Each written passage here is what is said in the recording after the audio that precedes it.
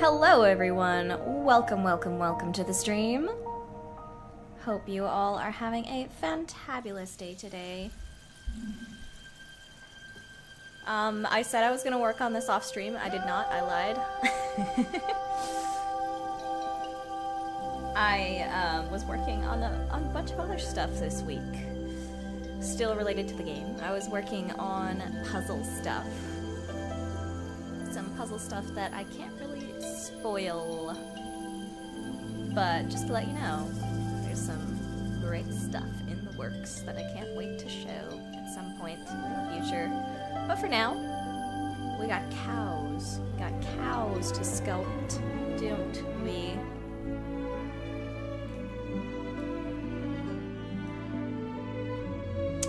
The music we are listening to right now is Natlan relaxing music from Genshin Impact. My voice is kind of quiet. Okay, hold on. How's that?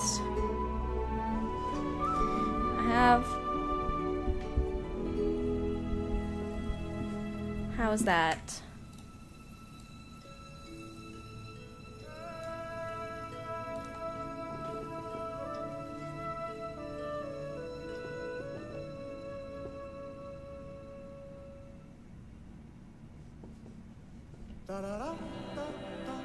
Improved volume, okay, good. I feel like my voice, when I listen back to some of these streams, I feel like the music is too low in the streams. But I don't know, maybe that's just me. I might have overcorrected a bit there.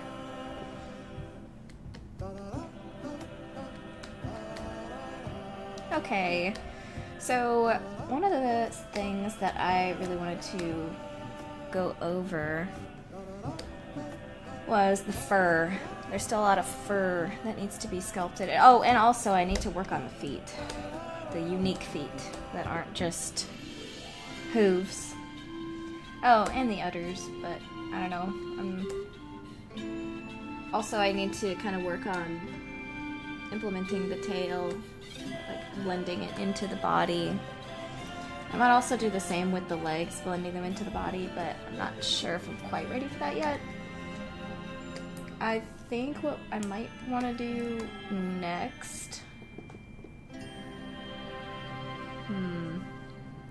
What I might want to do next is some of the fur.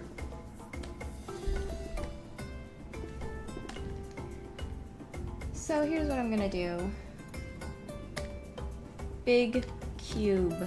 I'm gonna do big cube. I'm gonna make this an even bigger, longer... Well, it's not even a cube anymore now, it's a rectangle box.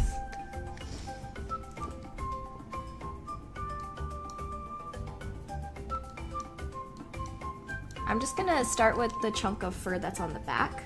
It does transition into the tail, but I'm just gonna start with the back for now. I would say the diamond is like, it is around cow size, but maybe a little bigger.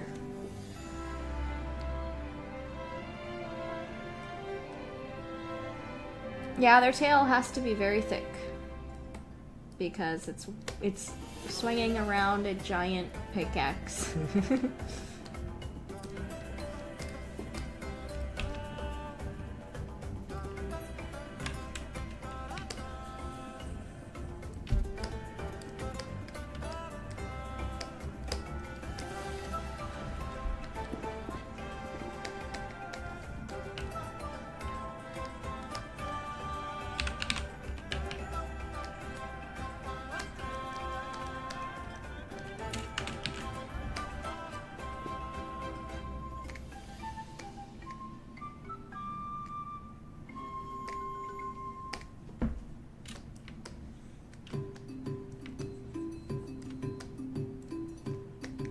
Yeah, it is like a cow dinosaur. That's sort of the intention.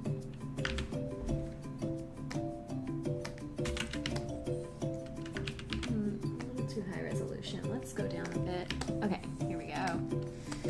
So I know this does not look like fur right now. No, not at all. But we'll get there. We'll get there. It's called sculpting for a reason. We do a lot of it.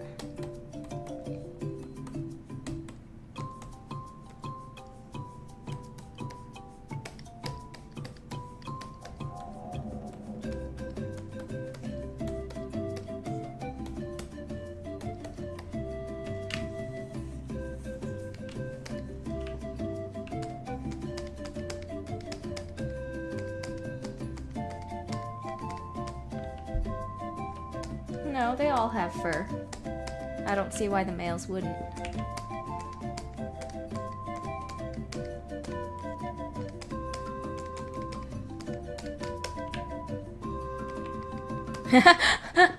Blue Spirited Dragon says butter cow, cow with the butter on him, butter cow. That is what it looks like right now, doesn't it? He's just slathered in butter. Or Raspberry says, looks like salmon sushi. Yeah, it does. Cow sushi. You know, there was a sushi place that I've been to a couple times in Texas. They sold a sushi roll called the Texas Ranger Roll. And this sushi place was owned by, like, a straight up Japanese sushi chef, okay? Like, this wasn't some Americanized type of thing. This was a Japanese sushi chef, and he made this Texas Ranger Roll. And it was a sushi roll that had steak on top. It was delicious. I loved it. But then that place got bought out by a different person and they changed the menu and the Texas Ranger Roll is not there anymore and I'm sad. I miss my Texas Ranger Roll.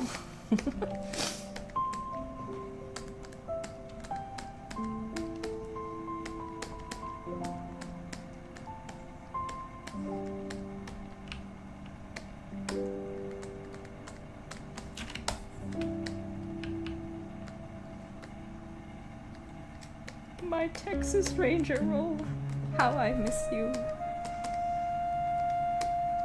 I would even go there and the waitress would be like, oh, you're getting the Texas Ranger Roll again? And I'm like, yes. She's like, all right, sounds good.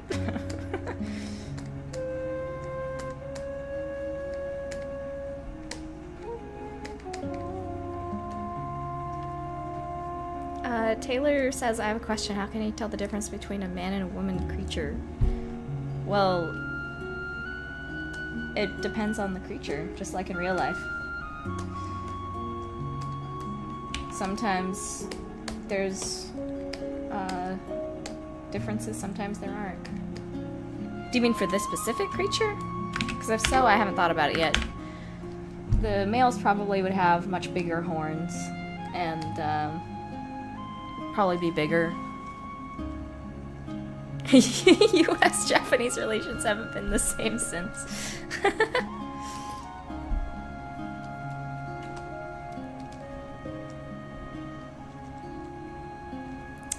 Yeah, I probably could make my own Texas Ranger Roll, but I'm not a sushi chef. I would have to take some time to learn, that's for sure.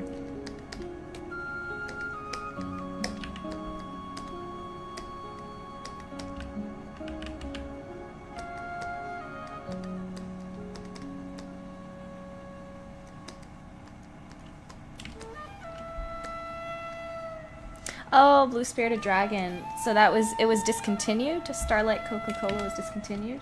I don't really drink soda, so I haven't heard of that before. Was it like, what kind of flavor was it?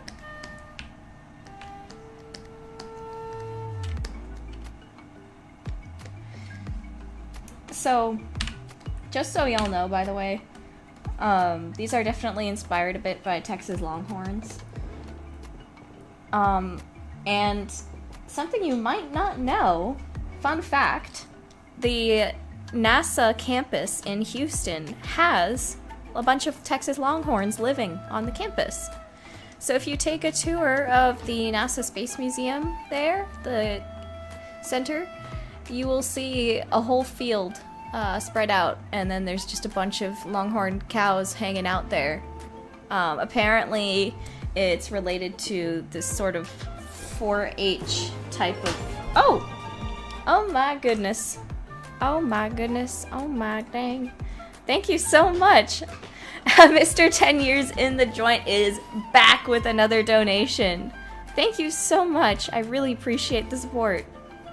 Oh goodness. Summon the dancing link. Unfortunately, super chats do not summon dancing link. Hold on. Let me see if I can... One moment. So the only way to get the dancing link is using the link in the description to donate.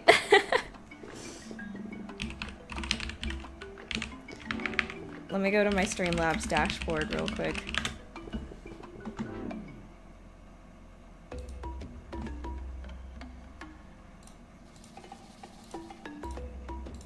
By the way, one thing I noticed that was really cool is my shorts have been getting some good views recently. It's pretty awesome. So we might have some new subscribers in here from some of those shorts. And if so, welcome in. I hope you enjoy the show. Oh, I need to change my... Hold on. I need to go into work mode real quick. Boop! There we go. Work mode. But since you donated to see Dancing Link, I'm going to go ahead and summon Dancing Link for you. Let me see, where did I put it? Dancing Link, where are you? Okay. Guys, this is a test. This is a test. It is not a real donation. This is not a real donation, okay?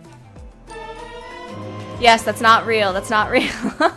I had to summon the Dancing Link video. There's Kevin, the AI test donator, back again. There's the Dancing Link gif just for you. I hope you enjoy. I hope you enjoy.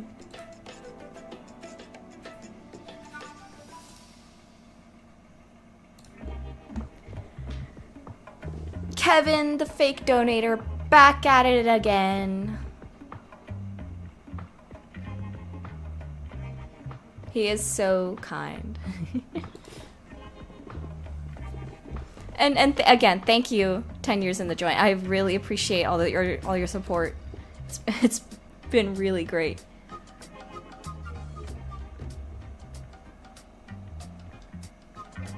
I'm sorry it takes me so long to get to my alert box and everything. The UI design of the Streamlabs dashboard kind of sucks. Not gonna lie. I have to like dig to find certain stuff every time. But that's also just me being kind of stupid, so you know.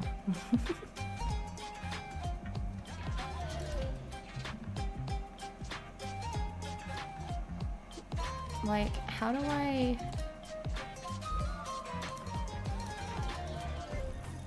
I don't know. Anyway. For IRS reasons, Kevin only exists in our hearts. Yep. Exactly. Ivana says, I saw your shorts, they were entertaining. Thank you. Blue Spirited Dragon says, I don't know how to describe the flavor. It was like a mix of birthday cake. It's the closest thing I can compare the flavor to. Huh. Oh, Galactic Polar, thank you so much for subscribing.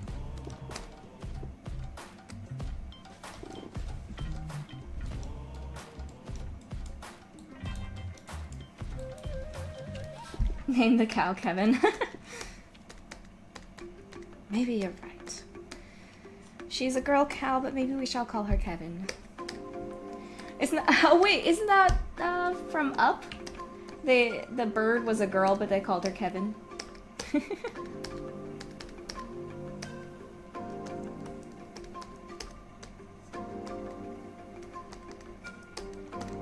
Okay, now we are getting the big shape refined here.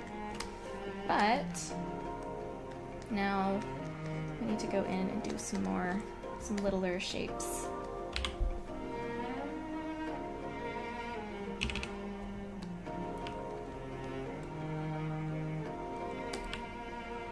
So what I'm gonna do is start, let's see, how should I go about this?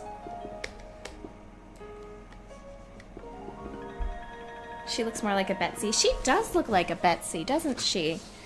I think you're right.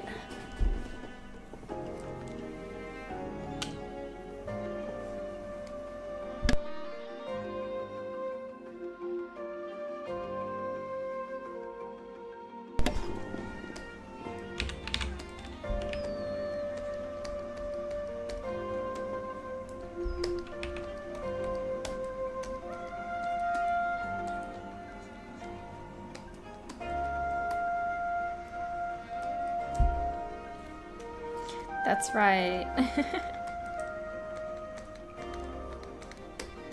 I used to have a pet hamster called Betsy. That was my first ever pet.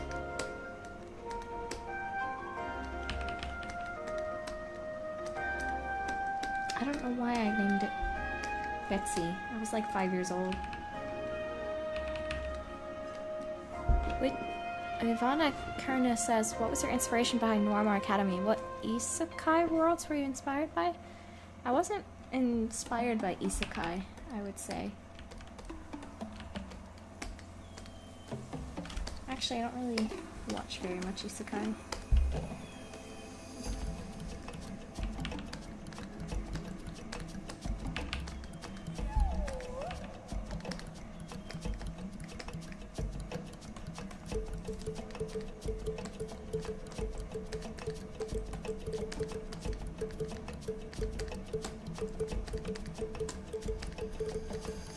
Oh, I forgot to post about this on my Instagram story. 1 second.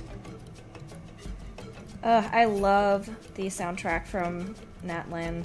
Oh my goodness, it's so good.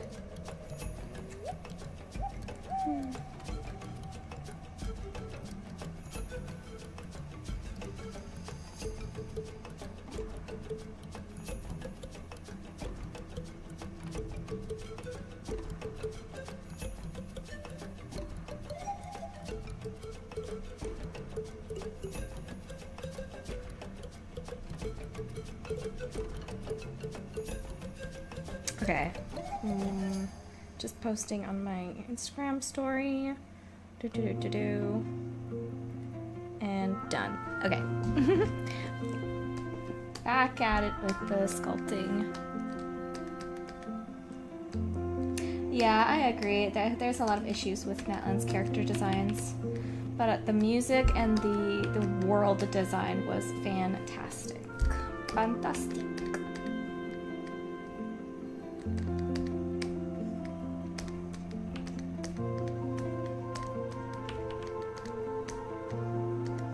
Oh, there are moose Saikwan. They are huge. They're kind of like in the way that Coach Terrera is bigger because she's a cow lady. Moose Saikwan would be like Nephilim giant. Kind of like 9 foot, 10 foot tall, I don't know, because moose are basically the megafauna of our world. So I imagine that translating them into people would be interesting. And also little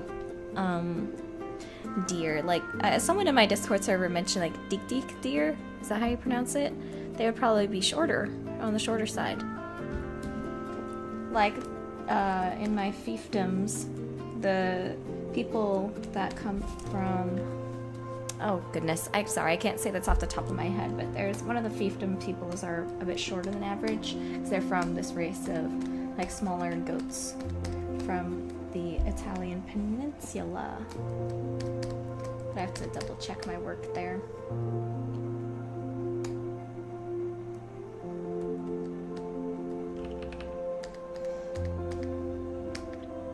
Oh yes, the Tanakh took our reindeer, Saikwan.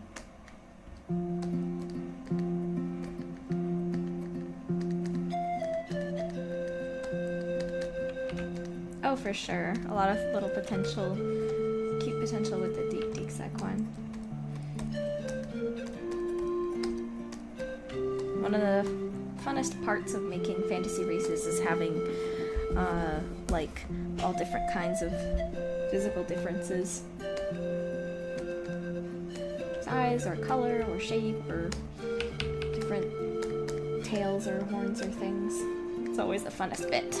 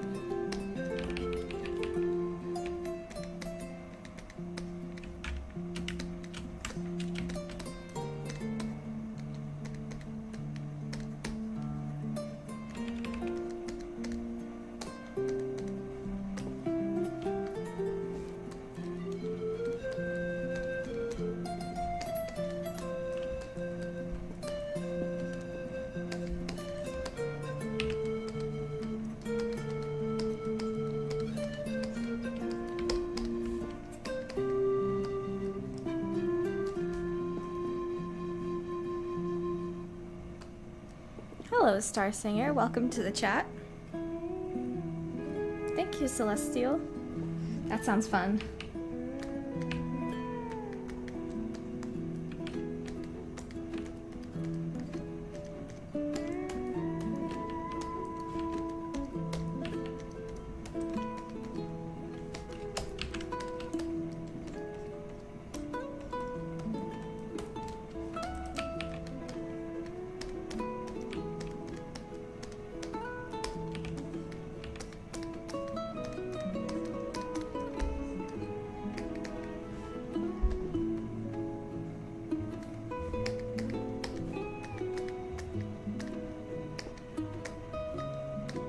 I know this looks very ugly right now, but it's all part of the process. I just have to get these vertices out like this, and then I'll refine them later.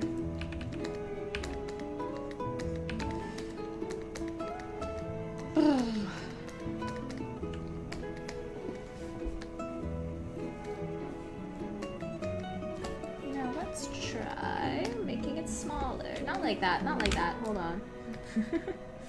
Let's try 64. Much better.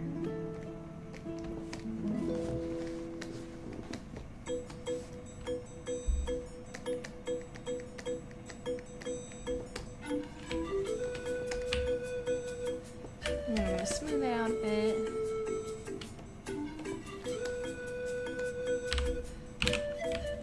And we can use the damn standard brush to refine some of these shapes. One thing I also got to do is to make them sort of different sizes. Right now, all of these fur tufts are like the same size, and that's not good for visual interest. Later, as I refine these, I'm going to come in and make some of them smaller, some of them bigger, so that it's not just the same shape over and over. When keeping visual interest, you gotta vary up stuff.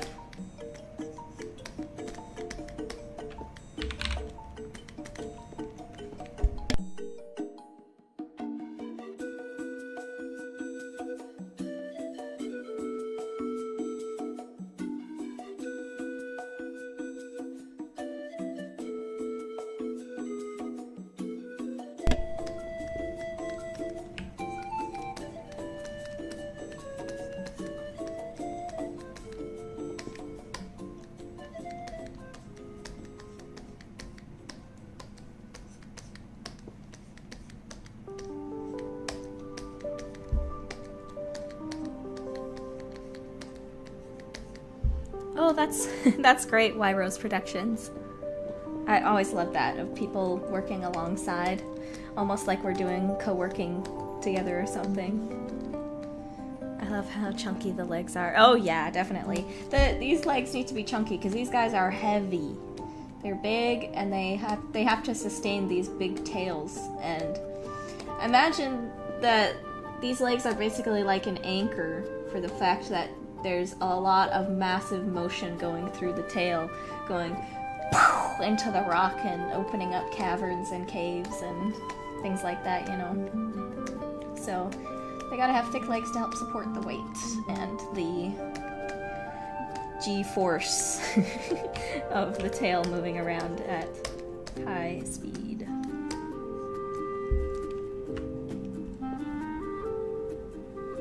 No, humanoids are the only Psyquine are the only kind of humanoid species on the planet. Big pickaxe tail! I should probably put my reference up here.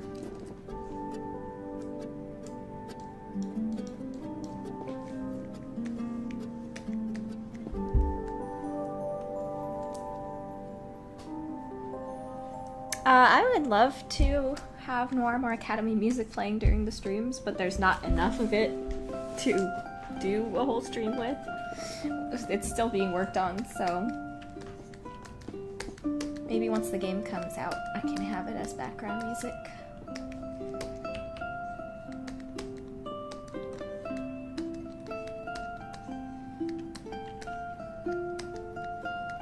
Let's carve out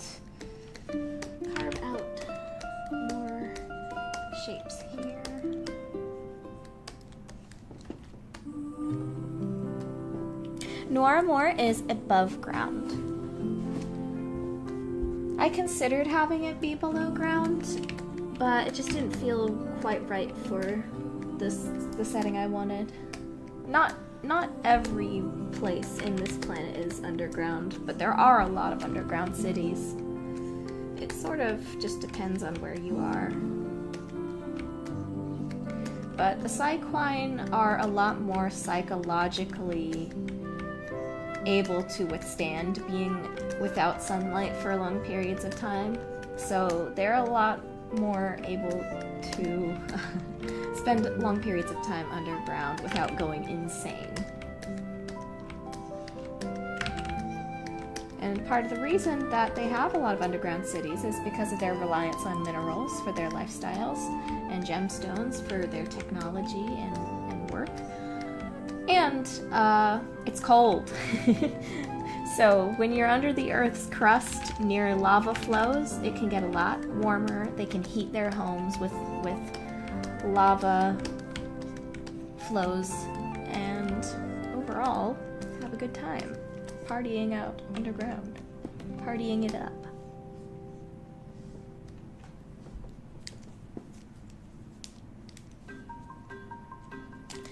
The axe tail is to mine stuff.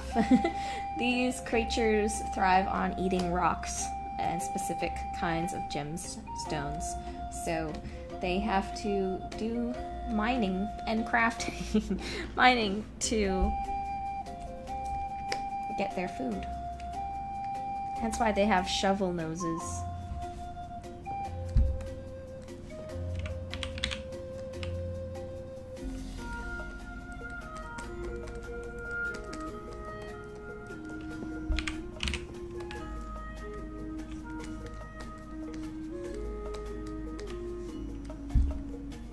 The academy is above ground. I wouldn't say most of the cities are underground, but a good portion of them. The capital is underground. Some cities are also just built inside of mountains. So they're technically like above sea level, but they're also underground at the same time. What would you classify as a underground city in a mountain that is high up?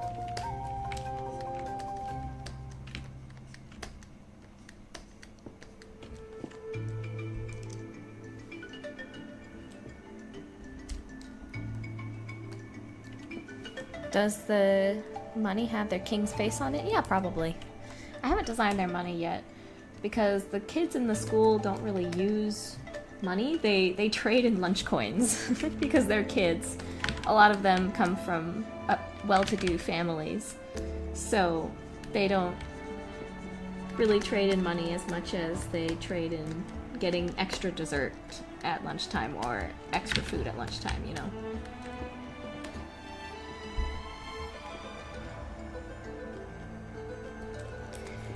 Minerals also currency? It'd probably depend on the mineral. It'd have to be rare enough. There are a lot of rare earth minerals on this planet to the point that they think of them as common. Like, their blood literally has gold in it. So they don't consider gold to be something of extreme valuable resource, you know. Gold is just kind of... It's almost like iron in our blood. We have iron in our blood, they have gold in their blood. We don't consider iron to be extremely valuable in the same way as gold. But I'm sure there are some kinds of minerals that are a lot rarer for them. I almost think it'd be kind of ironic if some of the most common materials on our world were rare to them. It'd be kind of hilarious, but I don't quite know how that would logistically work with how technologies are made and everyday objects that need to be made of a specific common material. I have to think more on it. But if something like iron or copper was really rare on there enough to be made to be money, that'd be hilarious. Though I don't know if I should have said copper, because copper still sells for really good prices on Earth as well. People always make jokes about stealing the copper linings of things. Oh my goodness, did I turn off symmetry by accident? Oh no. No! I did. When did I turn that off? Well, I turned it off enough ago for it to be annoying for me. Great. Well, whatever. I'll fix it later. Wait. Is it still gone? Okay. I'm annoyed.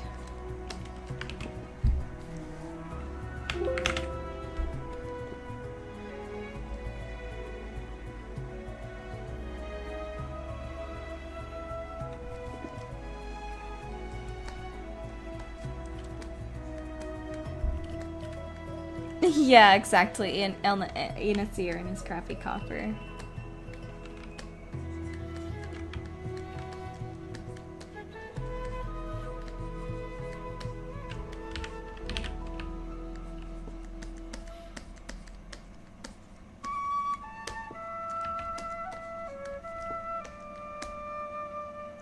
Hello, CB. Welcome in.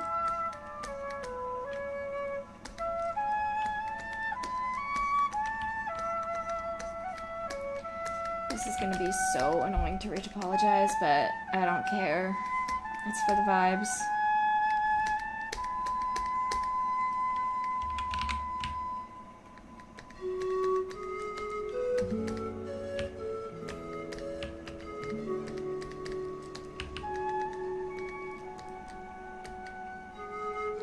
They have got strong teeth. They've got diamond-tipped teeth, basically.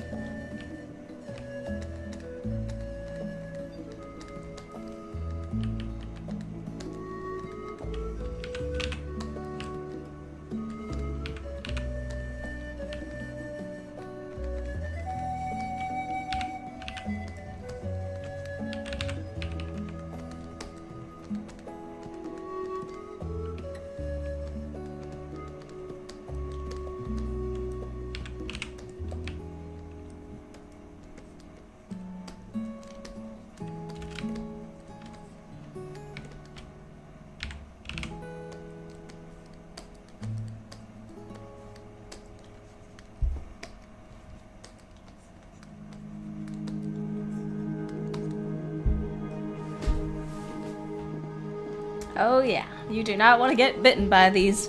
No way. But their first line of defense is probably not going to be to bite you. It's probably going to be to gore you. With either the tail or the horns. You do not want to get slashed by this thing. No, sir.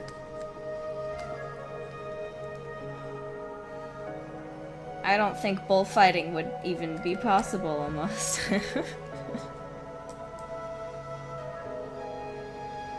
Yes, multi-fandom studios. The surrounding climate pays a lot of the decision making, whether the city's going to be above ground or below ground.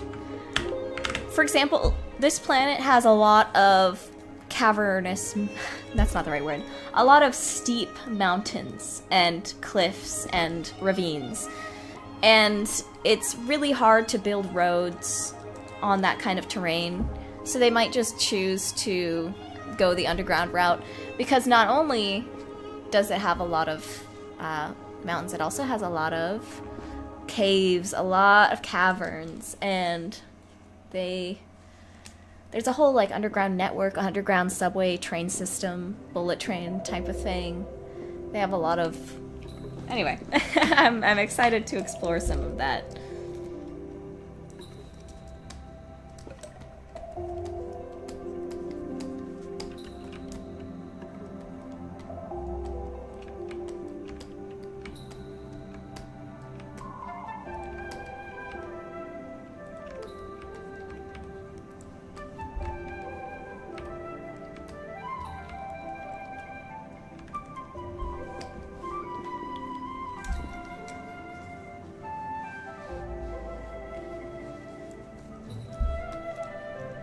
And yes, the colder it is, they'll probably head underground too.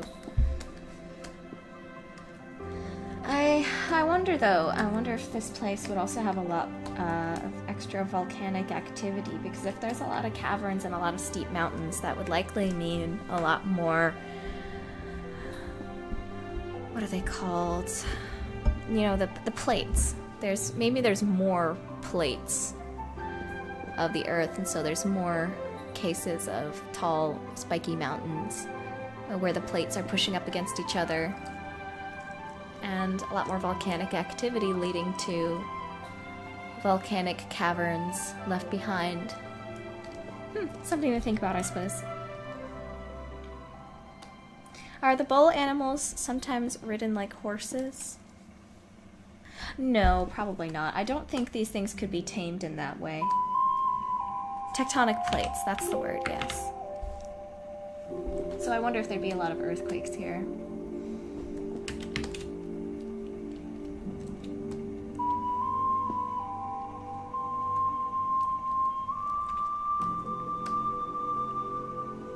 Oh, not everything that I'm talking about is gonna be in the game, but for this kind of niche lore stuff, it would probably be in a book, like in the game or something. It wouldn't be something that's required to learn, I suppose.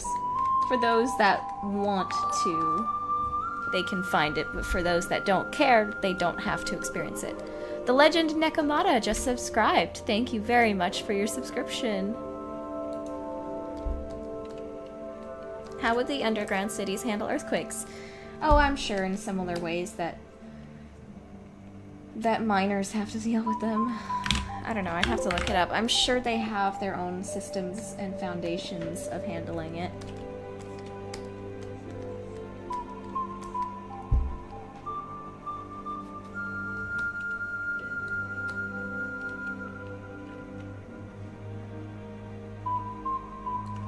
Oh my goodness, yes. Cave-ins would definitely be something people worry about. Again, they have gotten to the point where they can make very long-lasting, civilization-lasting levels of cavern cities. Like, they just know how to build them and know how to find the caves that will be able to handle stuff like this. But that doesn't mean that disaster is completely averted. I'm sure there are cave-ins that happen that are pretty devastating, but they're not extremely common unless you built in a bad place and had bad infrastructure.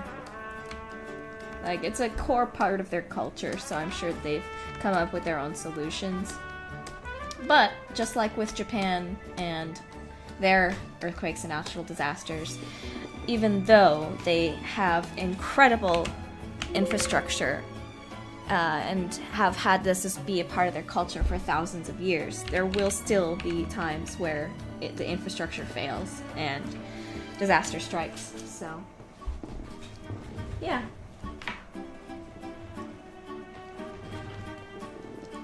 Ultimately, nature is a scary mistress.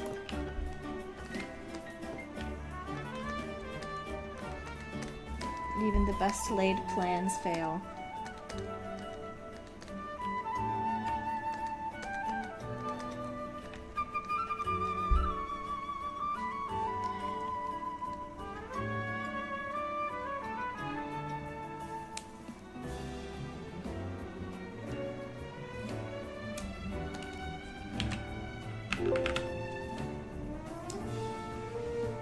Yeah, you're right, Plum.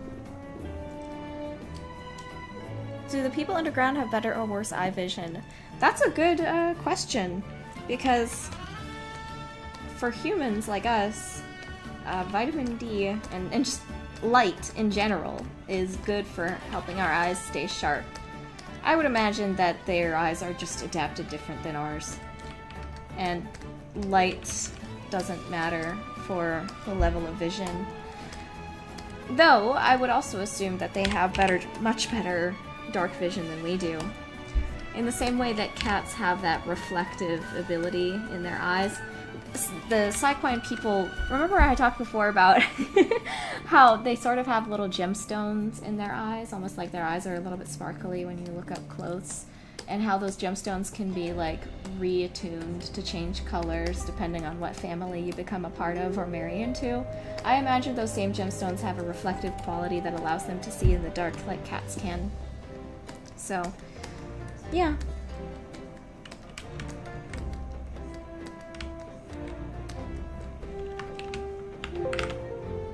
Underground flooding. Interesting that you bring that up. Maybe I will be covering that in the game at some point. It's a lore thing. Yep, I have a lore thing about mines getting flooded, so you'll learn more about that in the game.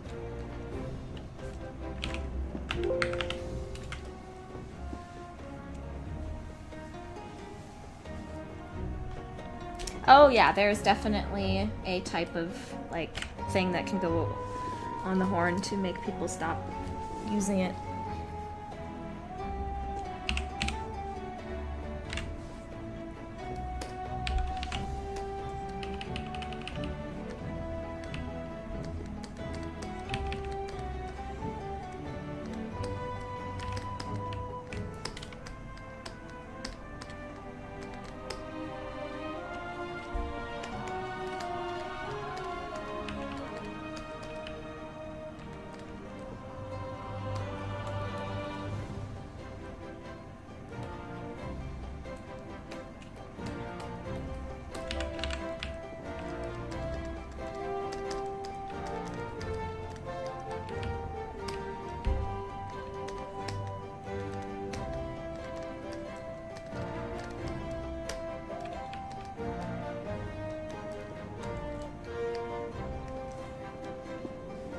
Goodbye, Star Singer. Thanks for joining us.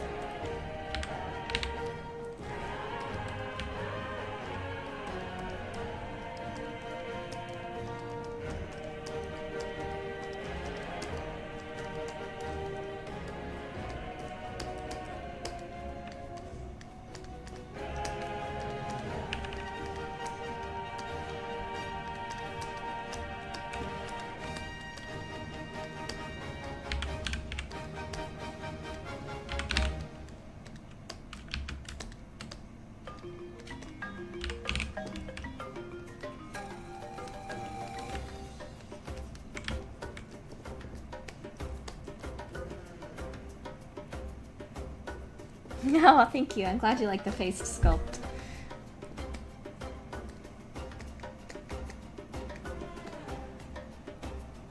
Oh, they have ways of getting air down there. And not all of these cities are, like, super deep underground or anything. Some of them are just, like, a layer down. So it's pretty easy to get air pumped down there. Some cities are way deep underground and they have their own ways of doing things. I would imagine that a lot of it comes down to plants, recycling CO2. There's special underground plants and ecosystems that are able to recycle oxygen.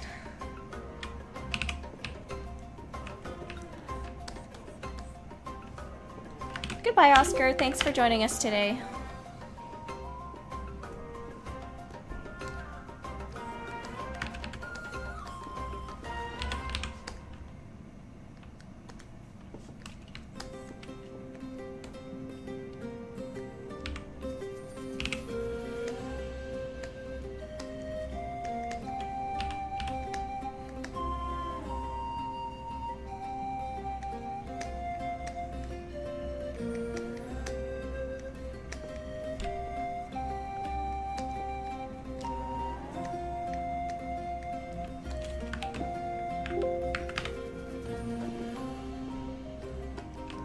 Popular sport on their planet, specifically one that I'm going to be talking about in the game, is called lake ball. And it's almost like tennis or badminton, except it's on a lake. And when I say on a lake, I literally mean on a lake.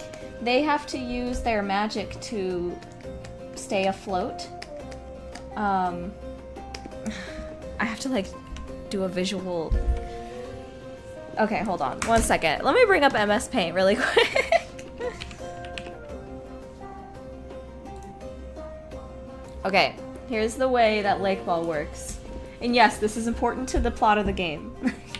Well, not really. It's important to a side quest. The way it works is they're literally... The players are on a lake. Imagine this is the lake. Water, water, water. And there's some kind of big net here. And the players have to stand on their little magic platforms. These are their little magic platforms. Here. That's the little tail. And they've got this giant kind of bat thing, almost look like a cricket bat. And they have to put a toss of, like, hit a ball across to each other without falling into the lake. So it takes a lot of precise footwork to stay on your platforms and use your magic to summon enough platforms that you'll need. And yeah, also the distances they have to hit the balls are pretty big, but they have I think I was thinking about this the other day, and I thought it'd be kind of also fun if they have two paddles, one that they use with their horn to float around and one that they have to use with their physical arm. So they've got kind of two ways. They can use the magic one to get far off balls that are like going up here or around, while they use the this one with their hand to get stuff that's closer up. That kind of thing. I don't know, I'm still working it out, but that's the basic concept. I was thinking too that maybe the magic one, because it's easier to catch things, maybe it's thin, and then the one with their hand is like nice and wide. That's the mic. Oh my god, I just realized you cannot see what I'm drawing because my head is covering it. Whoops. There we go.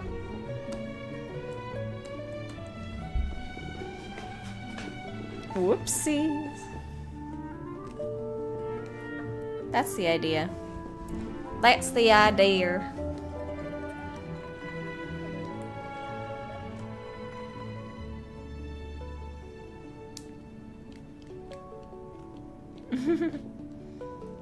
Sorry, is it? Okay, there we go. All right. Don't say you.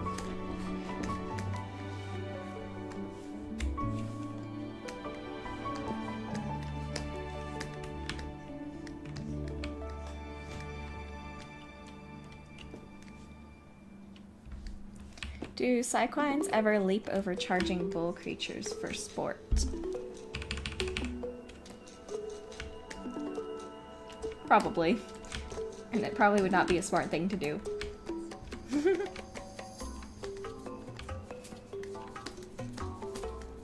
Depends on how much you value your life.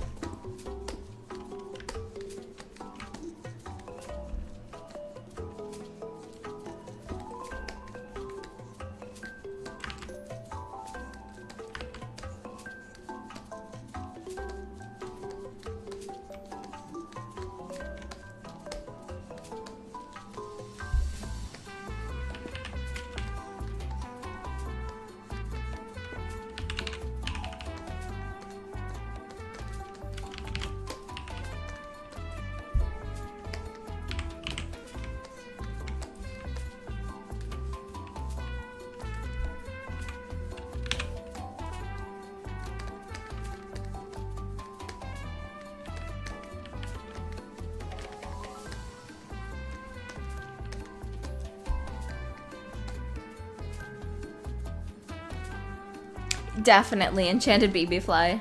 Definitely them that would be doing that. The Spanish inspired cycline.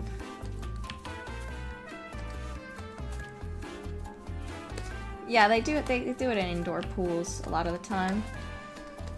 At least, yeah, during the winter.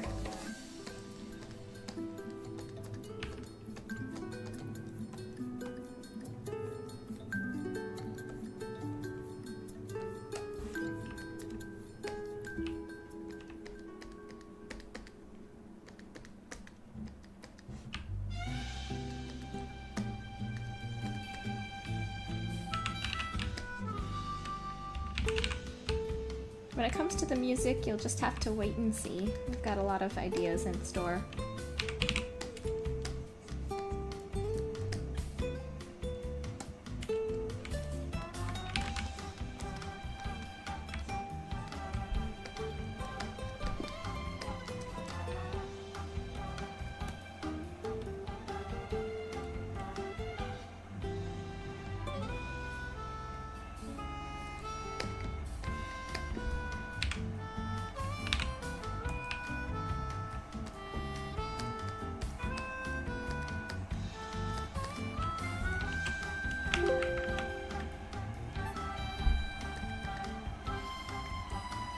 Good night, Ivana. Thank you for joining us.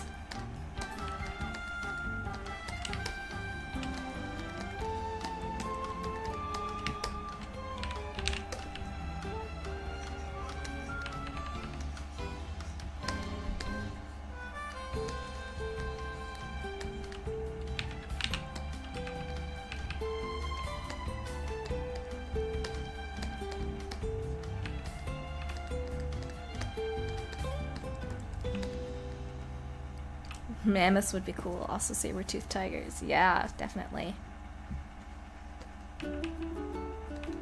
I'm still thinking about wedding traditions. I can't share anything with y'all just yet. But obviously I don't want it to just be the same as a traditional Western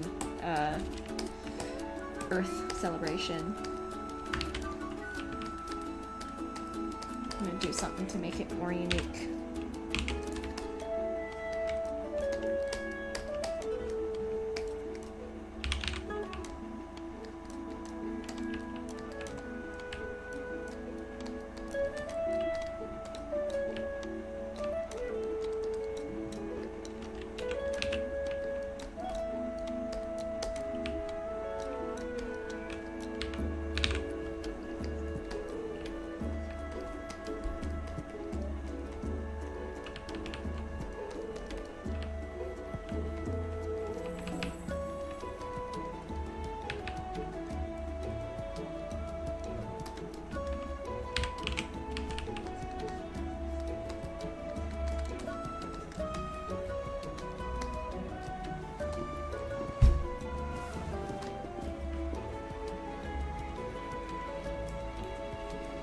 Oh, good question, Multi-Fandom. They do sync up with the ring that they're covering.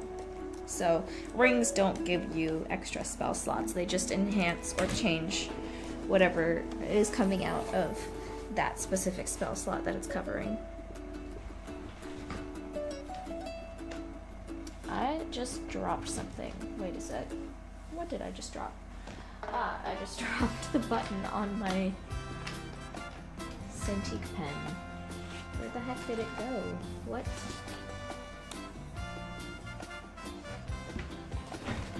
Hello? Where? Oh, there it is. Whoopsie!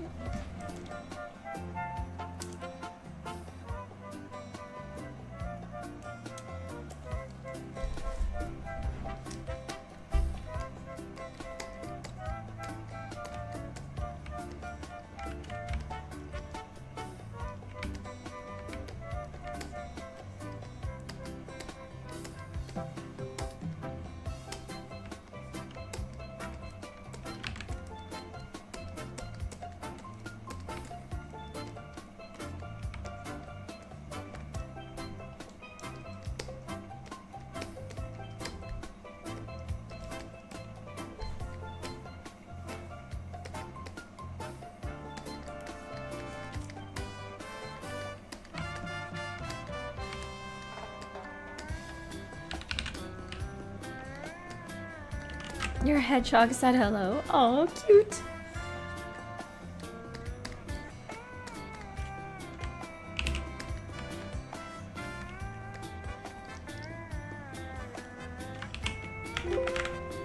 The Cat's Library says, is it culturally acceptable for them to have a favorite color? Would that be weird for them? Like if someone likes a color other than their family or fiefdom color, is it traitorous or something?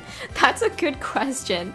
I don't think that they really do favorite colors. Like that's not even really like a cultural concept to them. Like the reason we have favorite colors I think as a concept is because we like to get stuff that has that favorite color on it, or we like to wear things that have those colors, or you know, like possess items or wear things that have those colors to them. But as for this kind of place where color is pretty much associated exclusively with who you are, I don't think they would have that same kind of cultural idea of even having a favorite color. The color is just part of your identity, inherently, in a sense.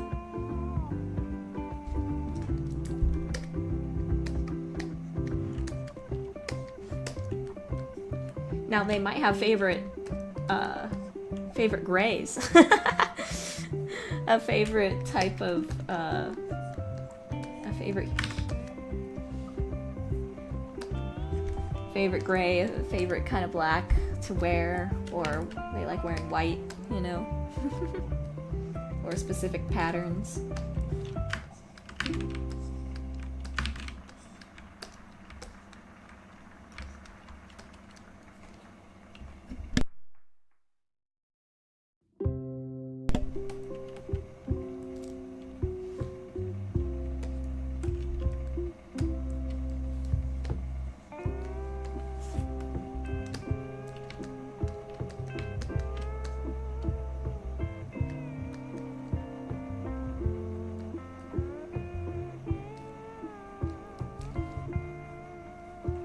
Do the natural rings on the side coin with two horns sync up?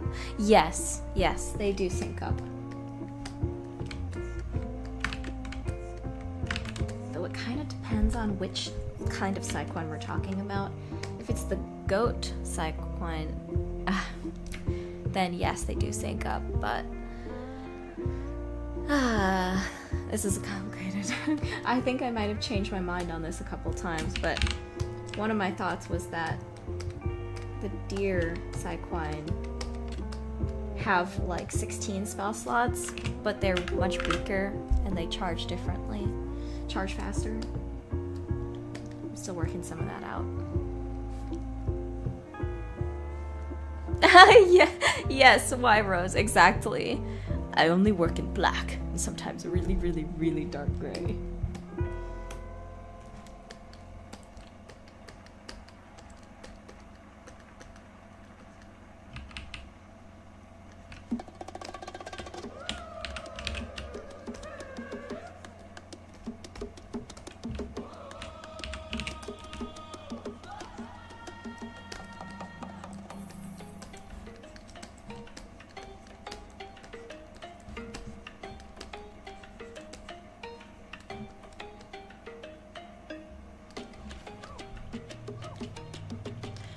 Side coin with more than one horn? No. They don't have more power. There's a balance to it. Well, if we're talking about the goat side coin, then technically each of their spells has more power, but it takes longer for them to recharge, and they have less specific dexterity in the spells. So it's a balance. Even if someone is stronger magically wise. Oh, my tab just crashed. What the heck? 1 second. Am I still streaming? Oh, and thank you to Raspberry for subscribing. Welcome. Hold on, where were we? Are we like an hour in, I think? Okay, cool.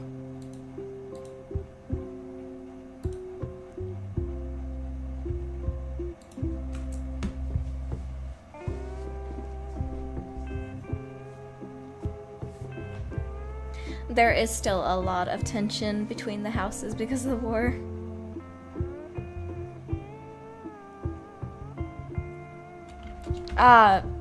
Mrs. Loon, hold on, Mrs. Lune. She is a Jacob's ram. Let me pull her up for people that might not know.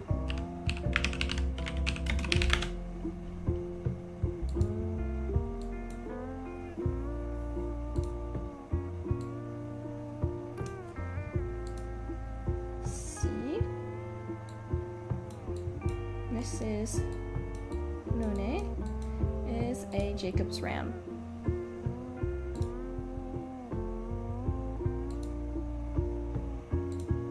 However, she is unique. You'll see in the game. Can't say too many things about that.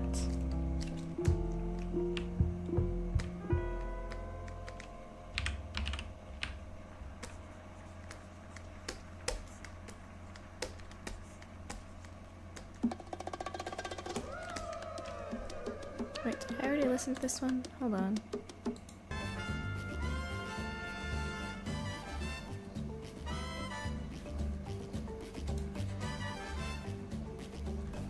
Okay, let's continue.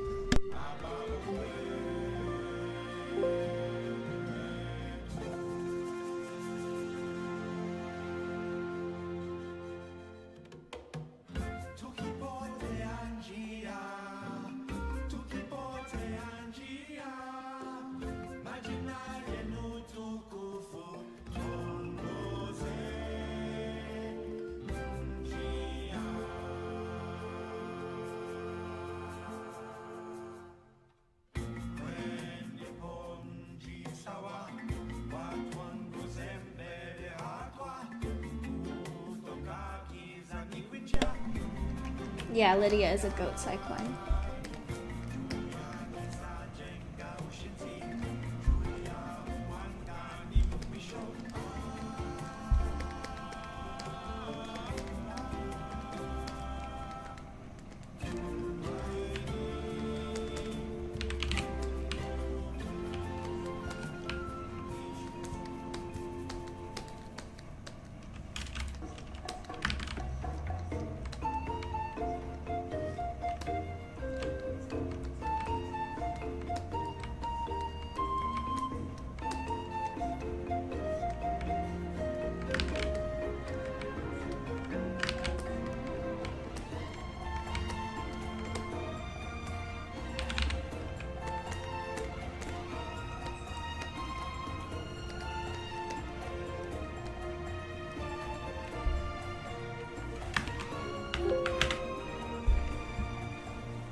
What kind of side quest is the guy Lydia likes?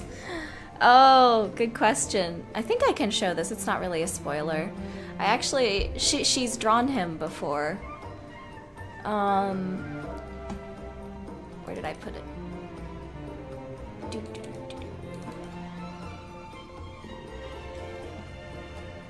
Here we go.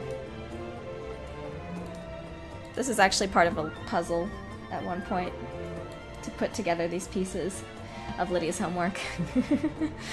But here, she drew him on her homework.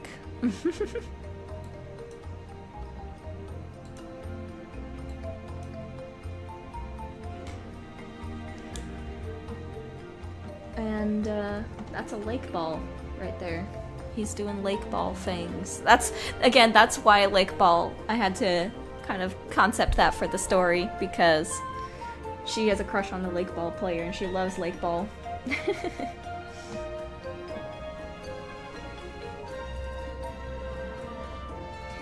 He is a specific type of goat cycline that originates from... Oh, where'd it go? That originates from the Greece and it's Italy-inspired area.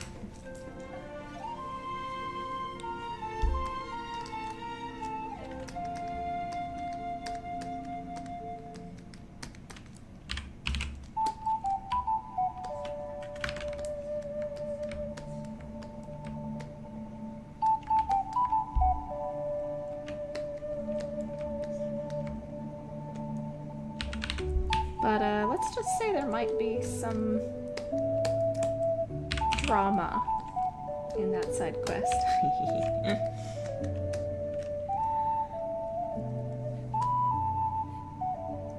Oh, where did my reference go? It also disappeared. There we go.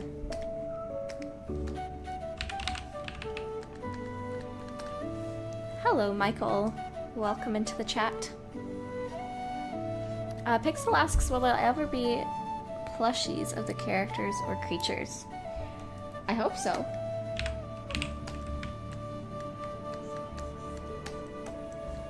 We can't afford that right now, and we don't have enough of an audience to be able to sell them, so it's gonna depend on how things go in the future. We need to build more of an audience first. Oops.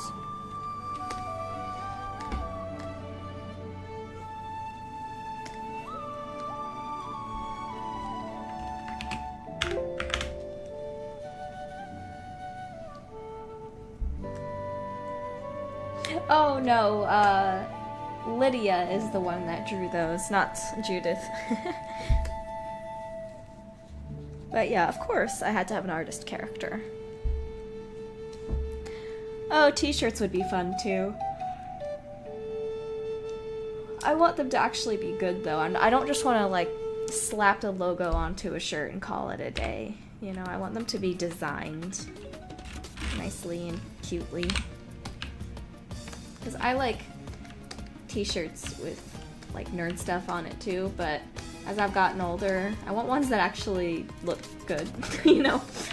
That are actually cute in their own right, and not just like, look, I have a shirt of this character.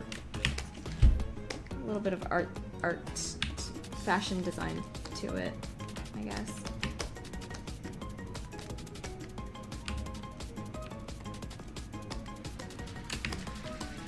Not that there's anything wrong with basic tees with like key art on it, but just my preference. I want to make something that I put a lot of thought into. Yeah, Glitch has some nice t-shirts.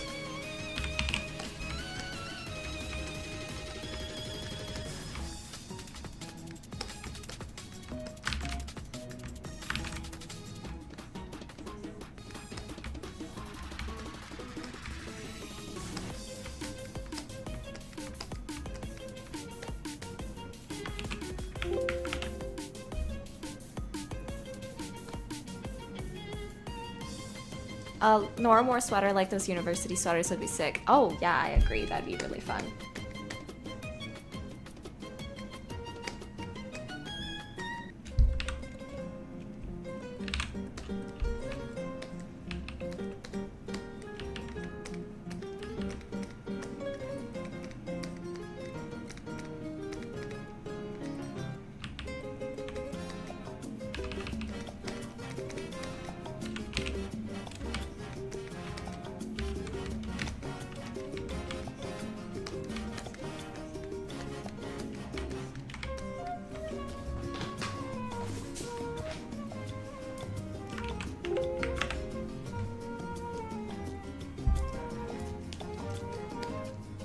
I imagine up here the fur would be shorter to the point where I could just texture it in.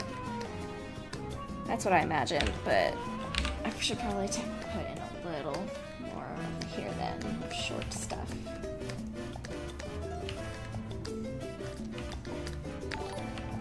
Oh, we got a new subscriber. Serenity just subscribed. Thank you so much for your subscription.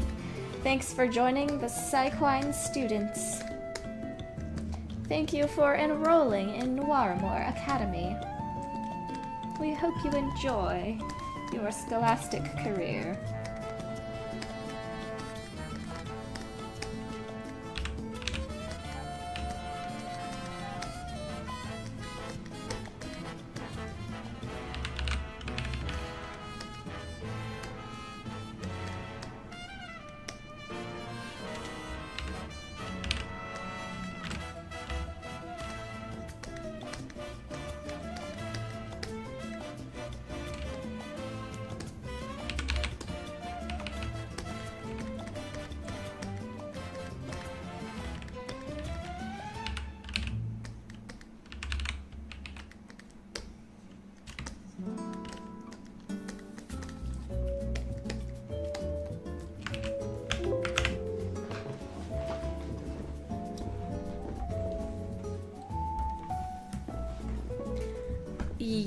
Yes. As far as I have world built so far, some of the races of like the aliens in the world can make kids together, but I'm still kind of world building, puzzling out if all of them would actually be able to do that or not. Especially when it comes to the jelly people, it seems like, but that actually, does that make any sense that they could have kids with other aliens? I don't know. It is, you know, a cartoony kind of world, so I might be able to somewhat sort of say a little bit of cartoon logic on that, but just for the sake of having some fun designs. But I don't know. Still thinking about it.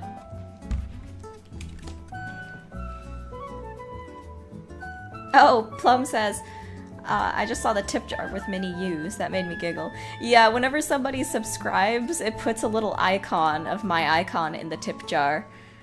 And then whenever somebody donates, it puts little coins in there. I thought that was cute. That's a Streamlabs thing.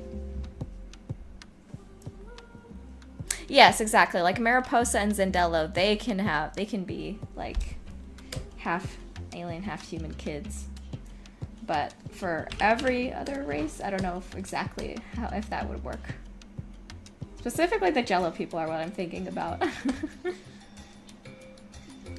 Michael says, so you're doing the modeling. Who's gonna be programming the animations for this thing?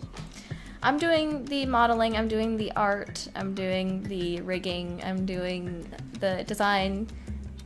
But as for programming, that's Caius, our programmer Caius. He's doing all the programming work for this game, and it's a lot of work, so shout out. We actually just had a meeting today talking about one of the puzzle rooms that we're making for day 3. It's pretty fun. I guess you could think of this game as an adventure escape room. It's an adventure game mixed with an escape room type of thing.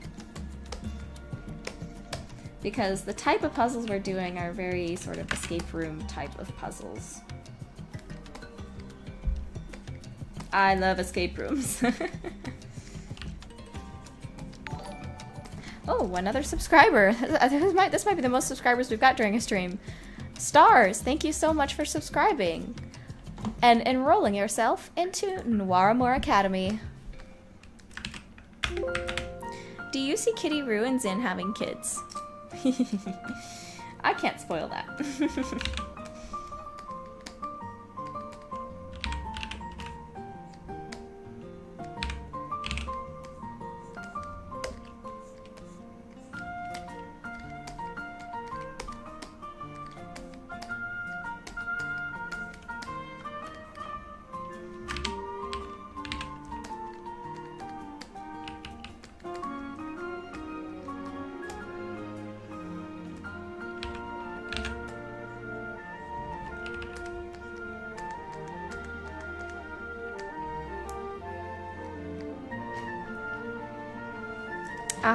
Cartoon Addict says, already picturing a Highland cow Psyquine. The mental image is really cute. Oh my goodness, yes. They'd be so fluffy. So fluffy. I imagine people are gonna have a lot of fun making OCs. I've already seen a ton of adorable OCs. In fact, as a little tangent, as if we've already had enough tangents, let me see if I can find... There was someone that made some OCs that I thought were super cute. Some Noiramore OCs. We've got a bunch of them in the Discord server fan art section.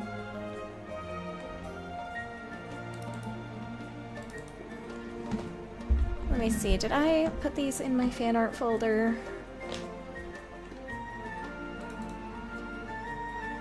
Oh yeah, so someone named Miguel the Werewolf posted this adorable OC of a little clown Psyquine, which I thought was really cute.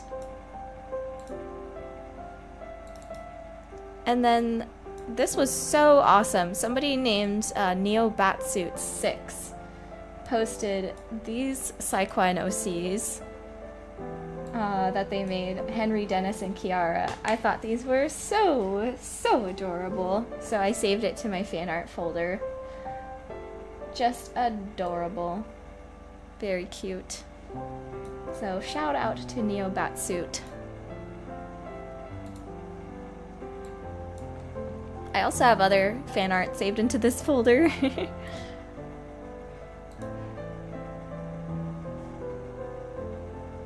And some commissions as well. Like this one was a commission I got on VGen from King1024, who did a fantastic job drawing Mrs. Lune. Just incredible work.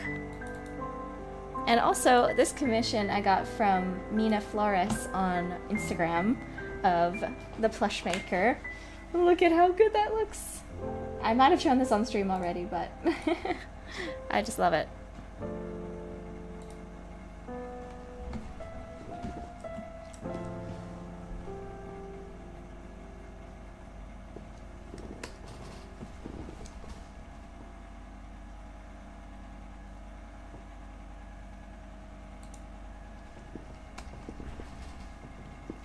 Did the music finish? Hold on. Let me see.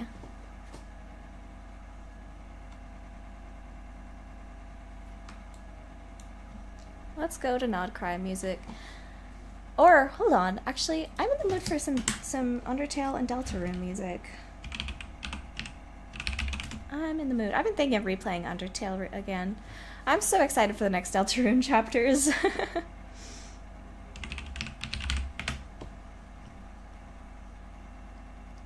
Alright, let's see. 2 hours of relaxing Undertale and Deltarune music. That should be good.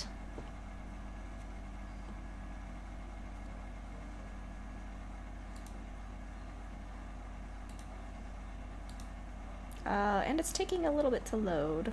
Hold on. My internet might be a little weird right now.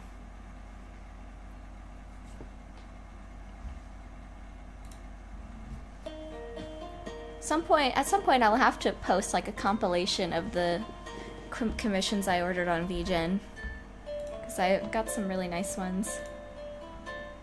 VGen is a really nice, like, convenient place to get commissions done because they have the forms all laid out and everything. You can just pay through the website and you can see if commissioners are trusted or not, if they actually like get things finished and they like have specific work logs and stuff, so you can see where your commission is in the lineup. It's pretty cool. If I had more money, I would be commissioning like every day. I love getting commissions. I must not let it become an addiction. But I've said this before, like, if I get rich from my game, I want to just commission a bunch of people and support as many artists as I can, because I just love so much of the art community work we've seen.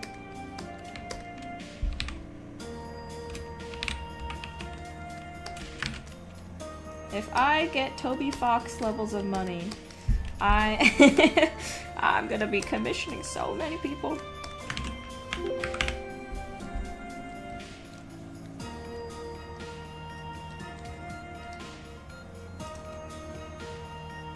I think Tenna is probably my favorite Deltarune character. Maybe.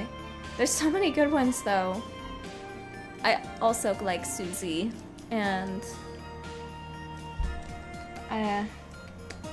yeah, it's hard to pick favorites. Queen. You know what? Queen might be my favorite.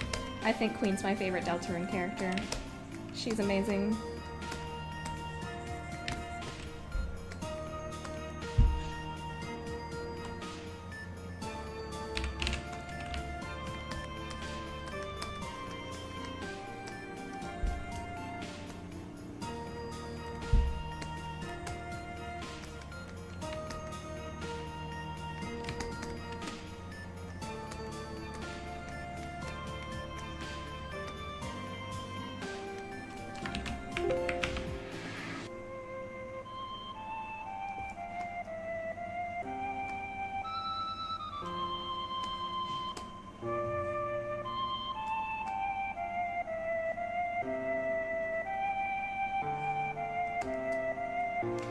Whew, that's a lot of fluff. It's not done yet, but I'm a little tired working on it.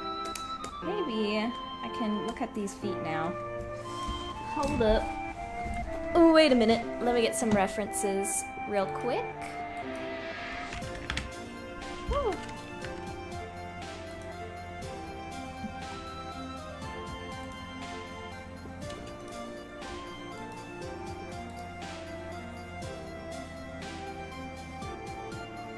Let's pull up some ref.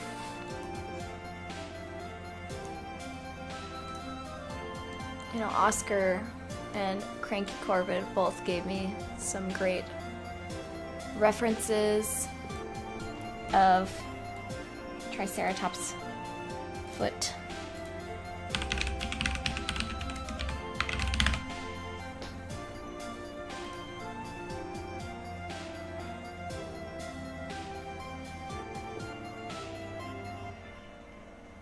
Wait, are these Triceratops? Hold on.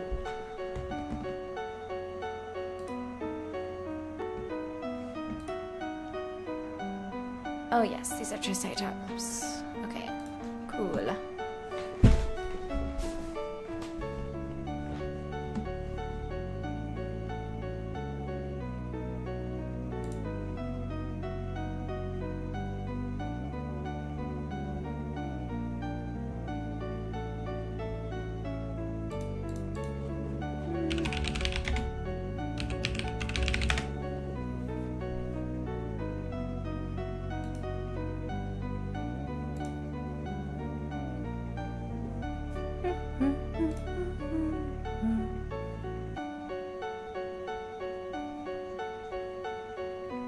One moment.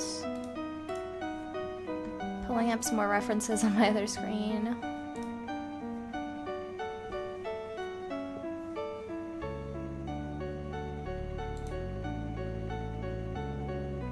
Okay, cool. That's a great keyboard impression you got there. Yep. As established in previous streams, my little character is literally just able to make impressions of anything. She's like Gerald McBoing Boing. She can just make sound effects appear out of her mouth all the time. It's incredible. Man, I wish I had her talent. The sheep Psyquine spells work the same as the ram Psyquine, because sheep and rams are like the same thing, I'm pretty sure. Aren't rams just male sheep? Hold on. I need to look this up. I feel stupid right now. Okay, yeah, okay. Rams are just male sheep anyway. They're the same thing.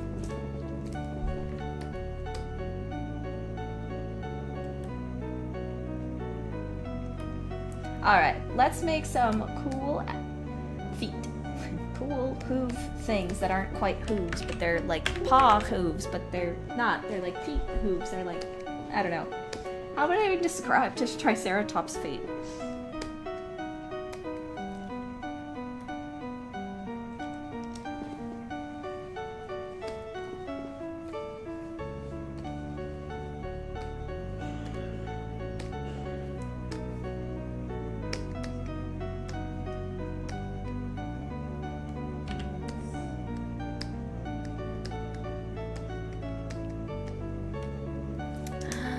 You know what? I just realized. I want to listen to some Witcher 3 music. I love Witcher 3 music.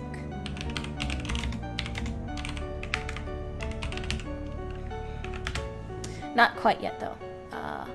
I'll listen to a little more Undertale first.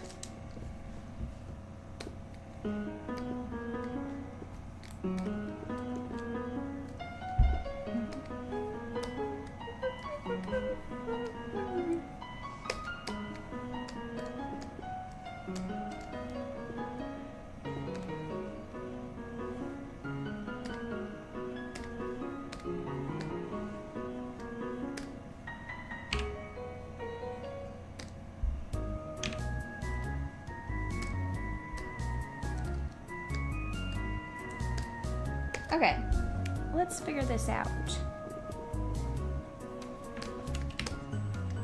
My favorite Deltarune track is probably Big Shot. I listened to that a lot when it came out. Now it's time to be a big shot.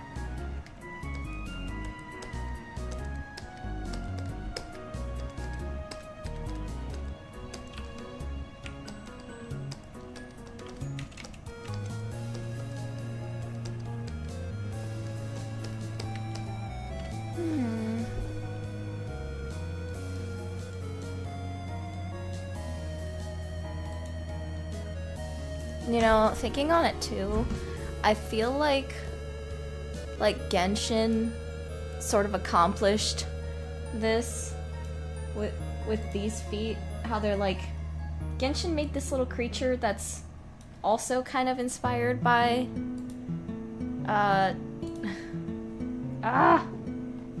keep forgetting words. Triceratops and a bull. And they managed to make the feet look so good, and like it really fits. This is obviously too cartoony for what I'm going for, but I think that's some good reference as well. The way they handle the feet here looks very good. So I shall put both of these as my reference.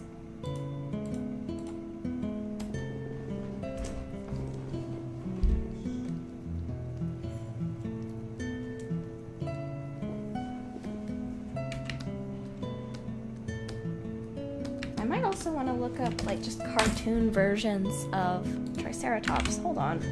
Let me see if I could see Triceratops. The way they might have interpreted it.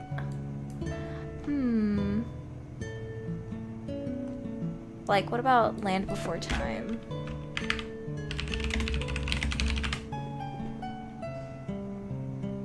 Oh, cute. I remember, this was Sarah, right? Land Before Time.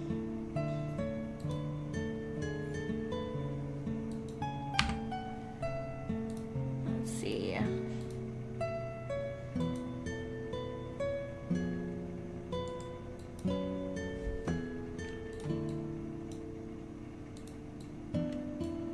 That's cute too.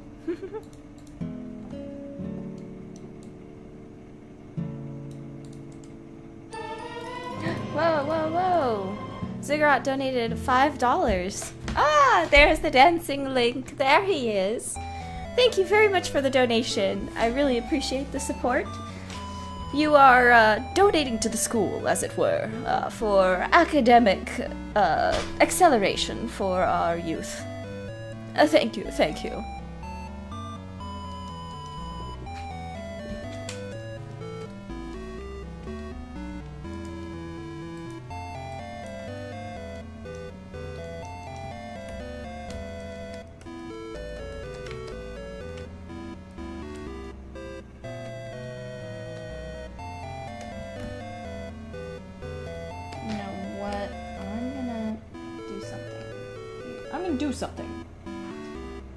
I'm gonna do something crazy.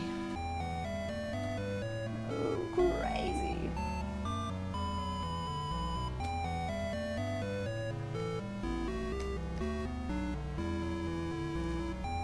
He's going insane. I'm gonna merge these two. And then I'm gonna merge them together.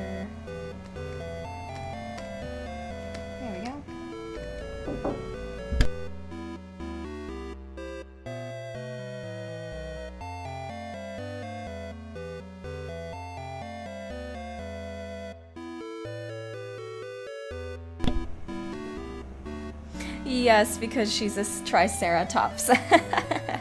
Yep.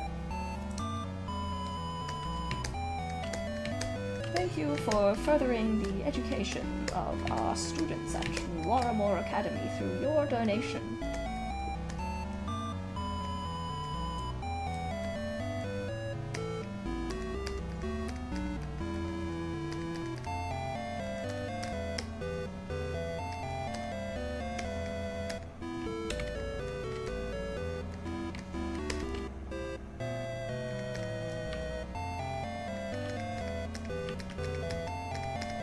course, we gotta have fluffs on the back of the feet.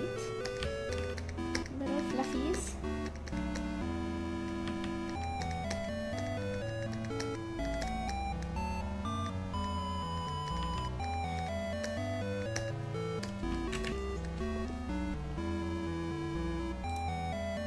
Alright, now in the mood for Witcher 3 relaxing music. Let's do Witcher 3 relaxing music! The Witcher 3 Autumn Journey. Calming music and ambiance. As quick as this loads, anyway.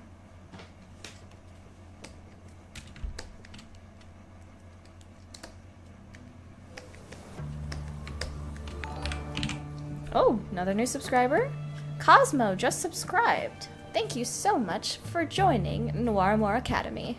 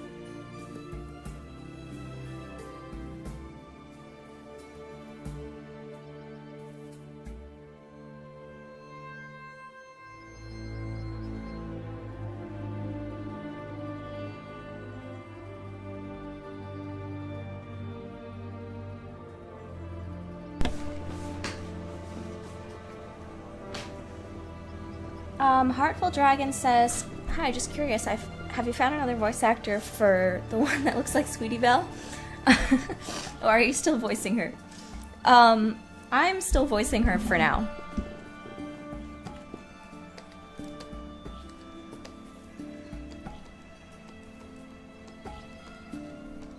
For now.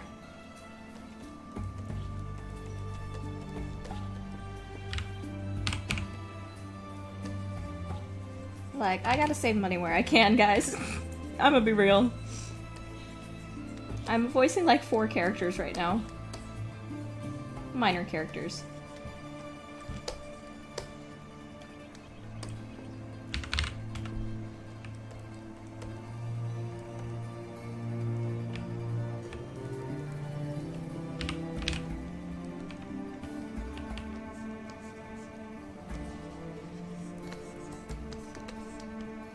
Every planet going to have a cow-themed creature. At this rate? Probably.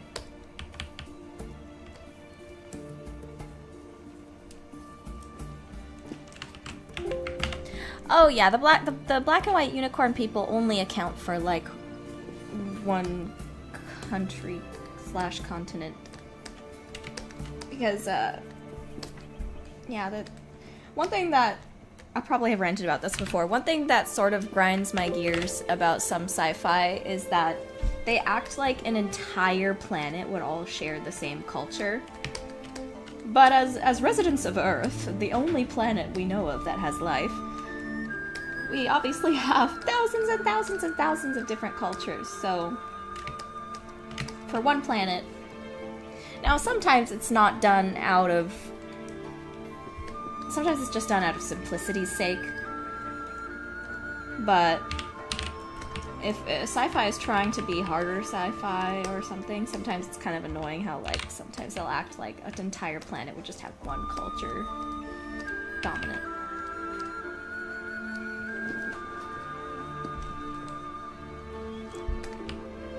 So yeah, even though the culture that we're mostly going to be seeing is the culture of Corveth, there's all sorts of diverse cultures around the planet of Noidas.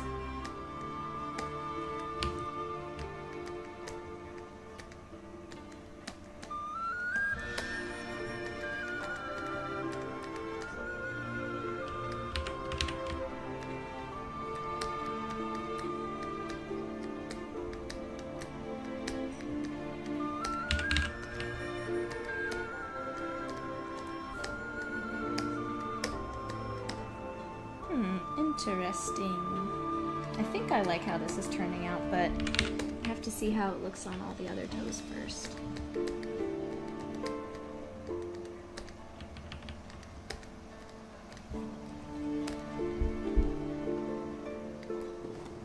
You know what? I haven't actually finished The Witcher 3. I played a lot of it, but I never finished it. I really like the music, though.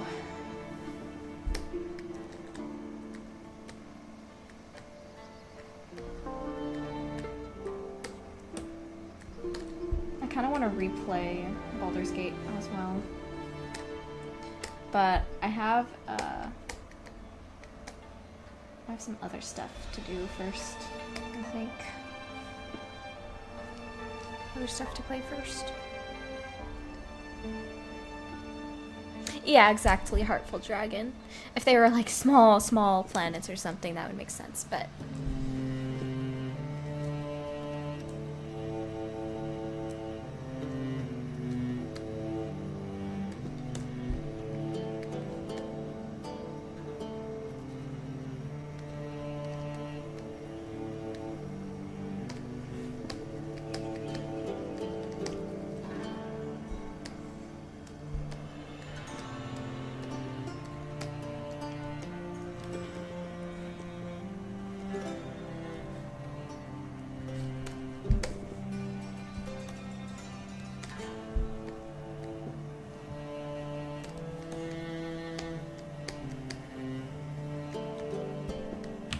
This is interesting, I gotta say.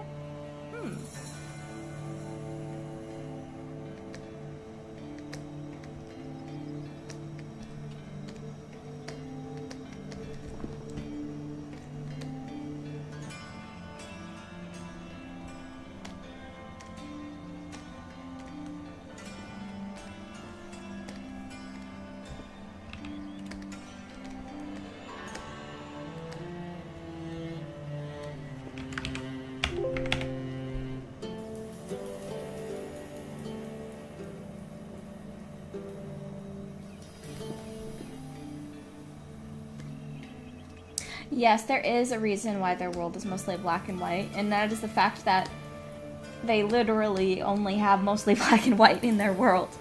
They don't really have a lot of natural dyes. They don't have... a lot of the world's dyes come from, like, different plants, but almost all of their plants don't have any color to them. It's just the way their world is. What usually has color to it is their minerals. I sort of have a rule about the way color is used in this world. Generally, something will only have color to it if it is A, a type of gemstone, or B, a family color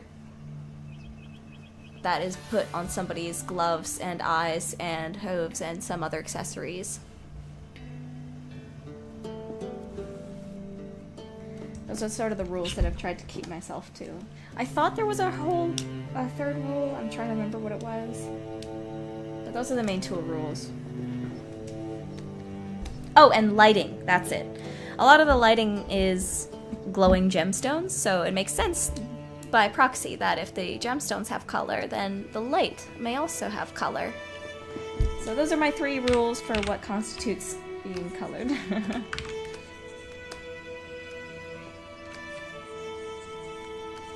I have to admit though, I am looking forward to working with color again.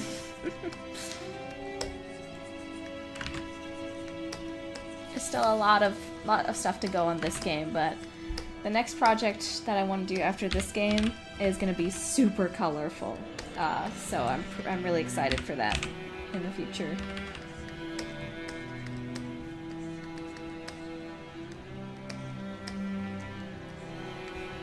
But for now, I gotta keep focused. Keep my head down and work. Get this done. I am very blessed, I would say. I'm very fortunate that I don't really get easily tired of my own projects, of working on my own projects. Sure, I'll get, I'll have to take breaks, right? But I'm pretty alright with working on a single project long term. Which, again, I'm very thankful for, because if I didn't have that ability, it would suck. And I would get sick of working on the same game,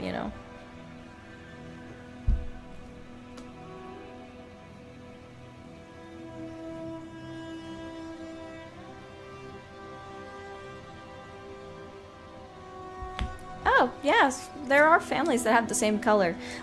Listen, there are, like, a lot of families, and only a certain amount of colors. So, yeah, it's extremely common for different families to share the same color.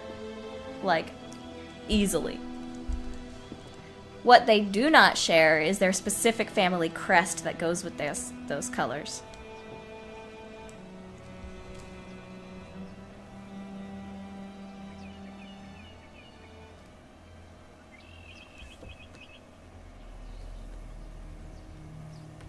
Yeah, there's just a lack of dyes on the planet, but that doesn't mean the world is completely out of dyes. They probably use specific mineral-based dyes for the gloves and other specific things.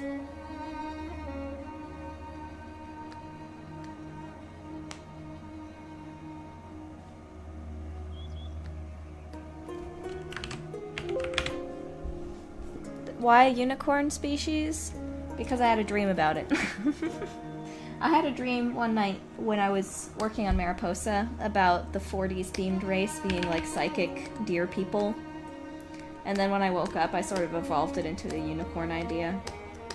Now there is still deer people, but sort of the main one is the unicorns, because unicorns are ones that you think about when you think about magic creatures.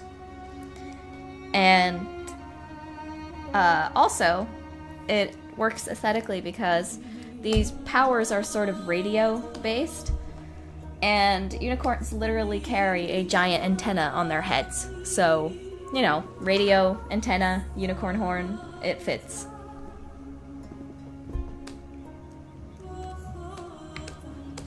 And when you think of the deer, you can almost think of TV antenna. The way they sort of look like unicorn horns. Oh, so it look like deer horns.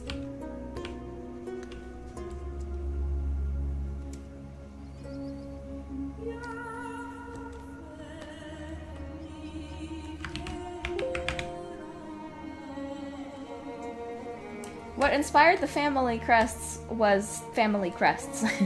That is a real thing, especially in a lot of European history, so...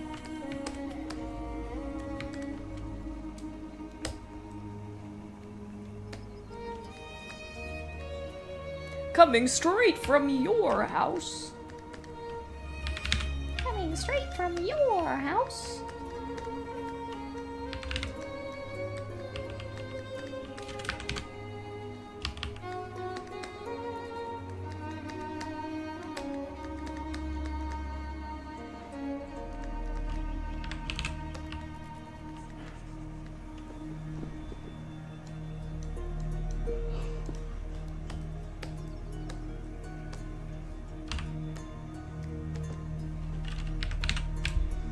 almost gonna make the legs thicker now to match with the whole Triceratops thing.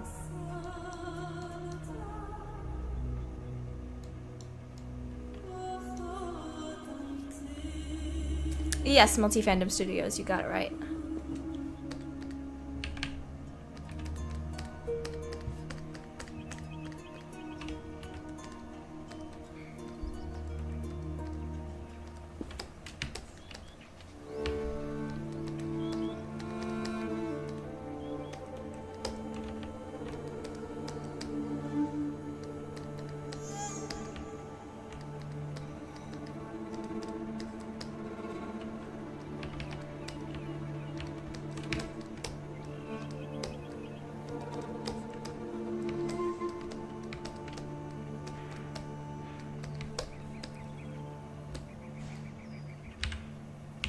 Now, the orphan thing does have some nuance, though. Like, if you were orphaned after you're an adult already, and you are in a position to be able to continue the family line, then no, you wouldn't have your eyes blacked out. You would continue your family. But if you're an orphan that is like a kid, you got nobody else to take care of you, your family is gone, and you need to be adopted, then yeah, the eyes are going to be black to show that you don't have a family to speak of.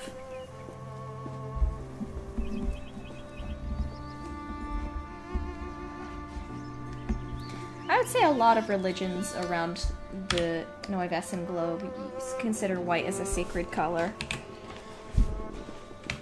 Because white is the color in light that contains all colors. White light is all colors together. Yes, the orphans have their eyes changed color to black. It's also a color of mourning, I'd say. Mourning of the life's lost. But as soon as they're adopted, their eyes will be changed to whatever family they're now part of. And remember, for those who don't know the context, you can change your eye color. Black wines can change their eye color. They have like clear crystals in their irises that, with a special set of eye drops, can be permanently changed. Until you eye drop them again, in which case you can change them again. There's a special sort of, almost like a baptism, baby baptism type ceremony when children are born. All children are born with gray, black eyes, basically. All children are born with blank, kind of gray, black eyes until there's a special ceremony where there's eye drops put in their eyes that sort of changes the color of the crystals within, and yeah, and then they're part of the family. So if they're never adopted, they may end up... If they're never adopted, they may just end up making their own family, you know, or establishing their own name.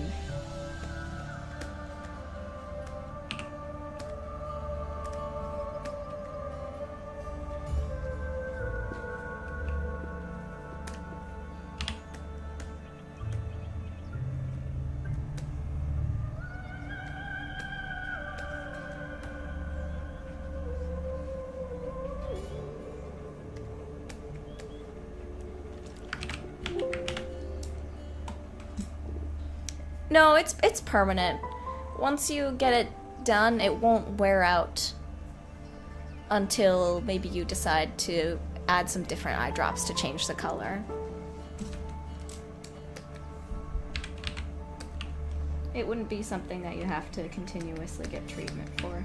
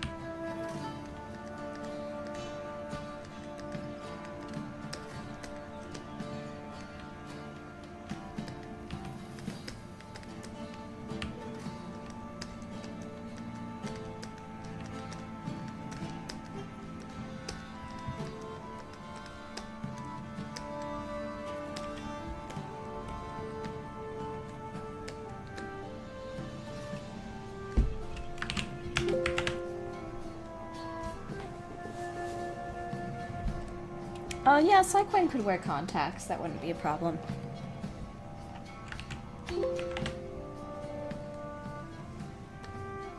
Let's see. Now let's try.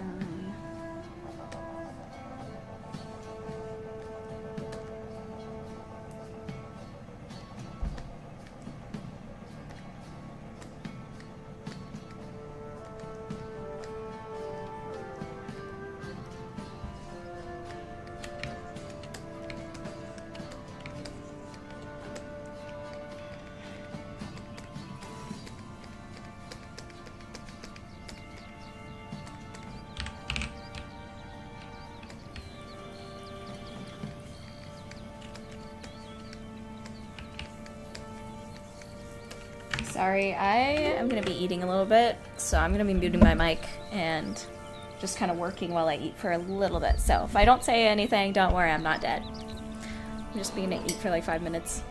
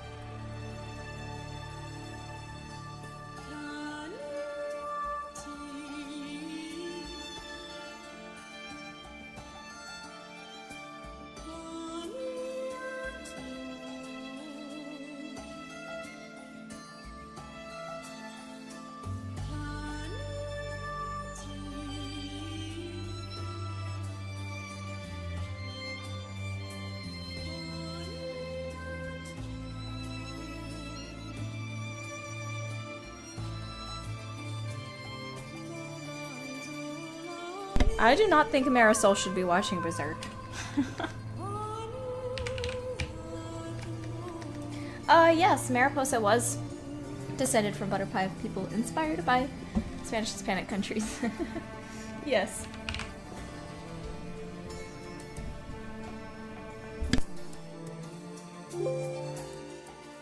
And yes, definitely different from Coach Terrera. They're from completely different planets. So.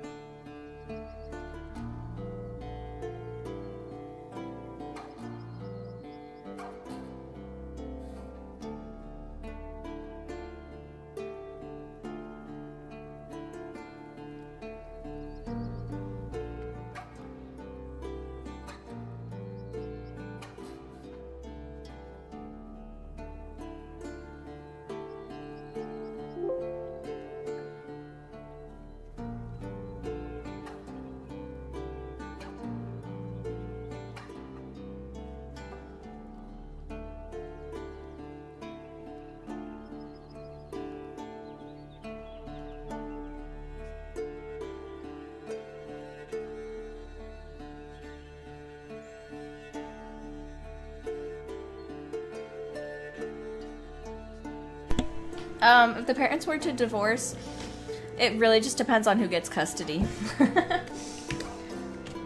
when it comes to the eye color.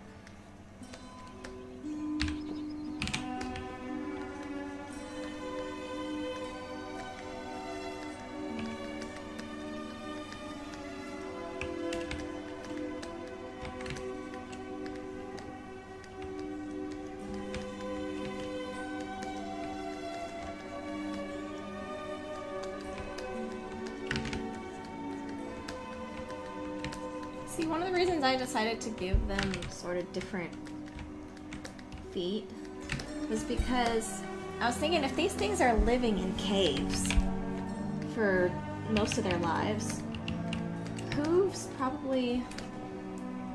they'd probably want something softer than hooves, maybe.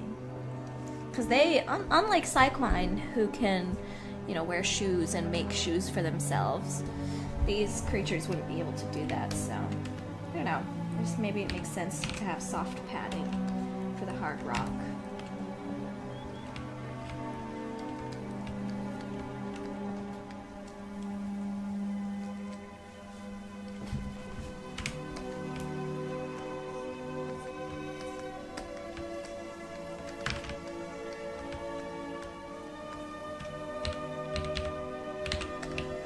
Yes, usually a child with two different eyes is a bastard of some kind.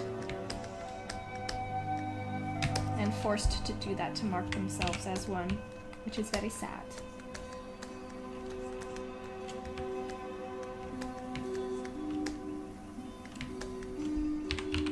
So you might find quite a few people with two different colored eyes in the royal courts.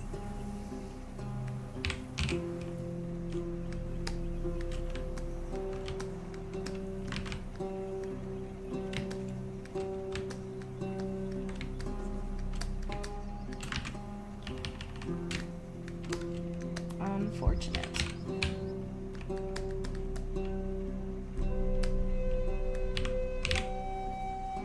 Because family bloodlines are very important in this culture, so unfortunately they would also treat bastards that way and have them marked.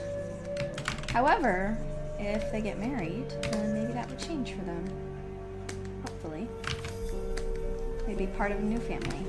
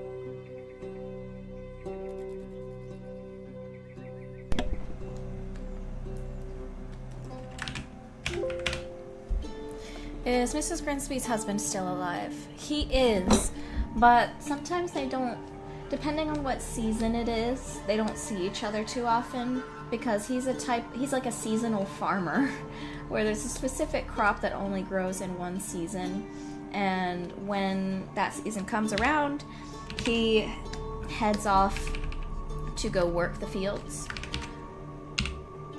And so he's away from the house a lot of the time. So when that happens, what the heck did I just do? Why isn't it changing back? Hold on. There we go. So when that happens, Grimsby moves into the school teacher's dorms so that she doesn't feel so isolated and alone in her house. She wants to feel that there's people around her, so yeah, so like half or a season of the year she lives separately from her husband in this, and she moves into the school.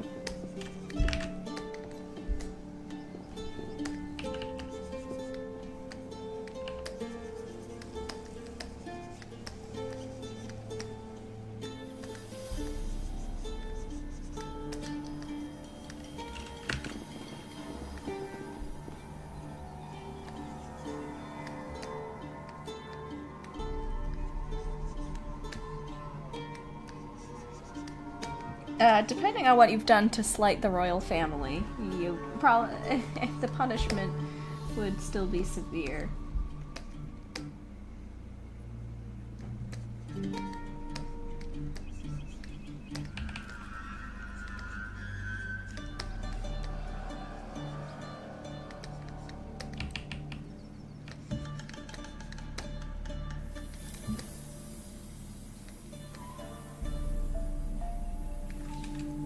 Yes, generally heterochromia means illegitimate child, yes. How and why do people get white eyes? If people are part of some kind of religious order or holy order, or high ranking in the religious establishment, then they probably will be given white eyes to represent that. Because again, white represents all colors of light in one. So the idea, the intention of the symbolism is that you belong to the highest king. Your family is God.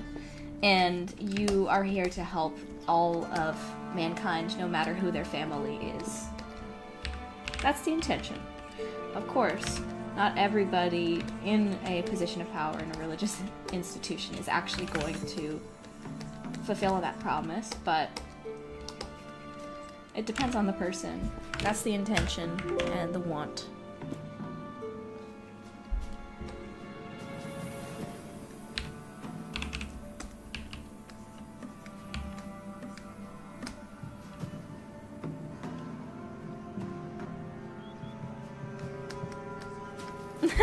You get some ideas for your OC, that's great.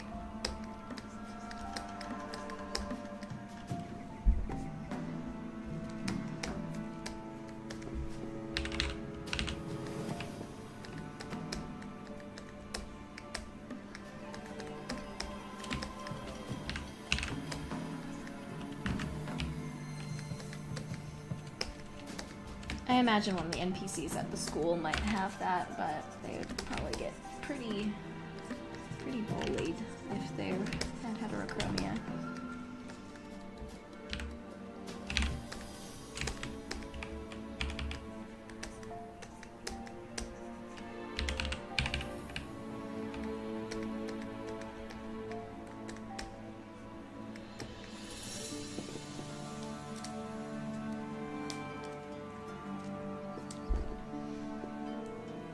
It's not necessarily possible to have multiple types of colors in one iris. So I don't really know how you would do that in an eye drop. But, I don't know. I'd have to think about that.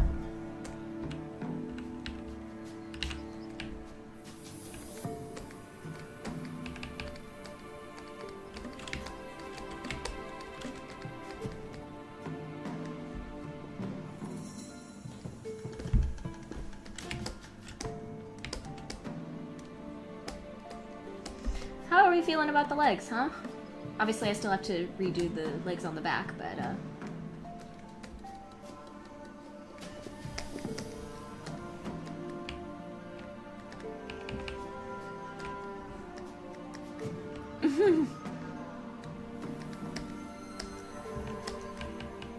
Oh my goodness.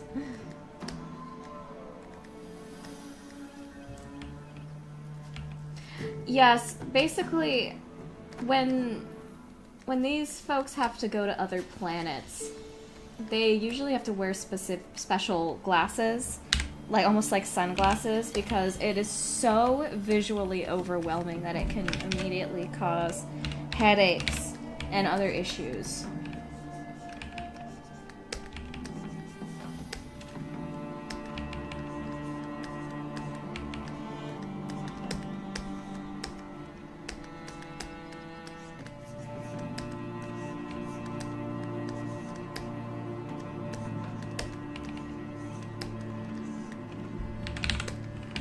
Lydia had to do that initially when she and her cousin were traveling to other planets.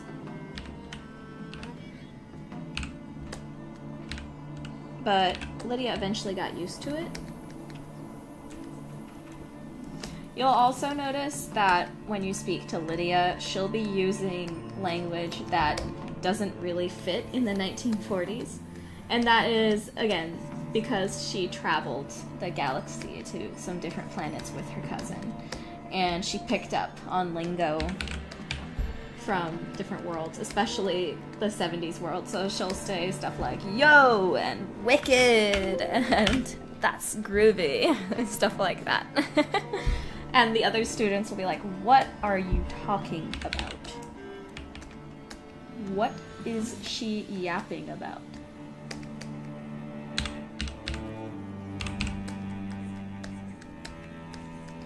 What's this girl yapping about?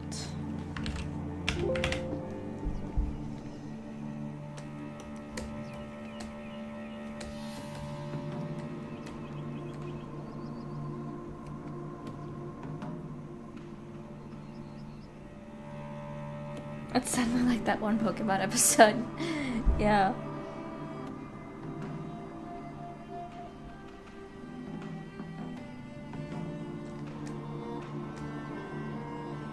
Does heterochromia have any meaning outside of being a Fairchild related? Yes. I wrote it down somewhere, but as I recall, my idea was that there might be specific negotiators, and those like family or business negotiators would symbolically change their eyes each to the color of the party that they are negotiating for, to sort of symbolically show that they are trying to be fair to both parties, and as if for this time, for this moment, they belong and can speak for and try to negotiate discussion between both families. That's like a special role because of the conflicts between these families. They have special negotiators that do that. What was my other idea? I think I had another idea as well.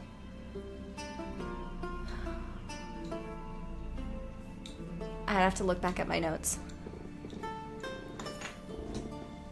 Someone who feels like they're of two homes, of two countries, of two worlds. It's rare, but some people do it, and it's a sort of socially looked down upon to do that, but it's sort of a rebellious thing to say, like, I belong to both of these places, you know.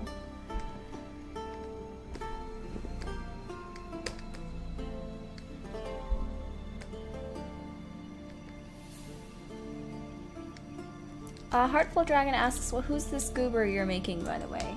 This is a cow that's gonna be in the game. They act as middlemen, yeah.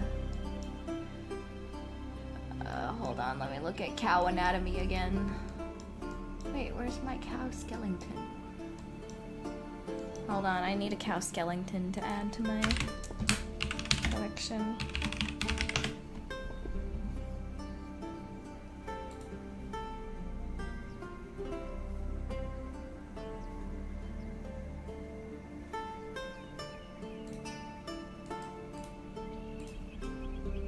There we go.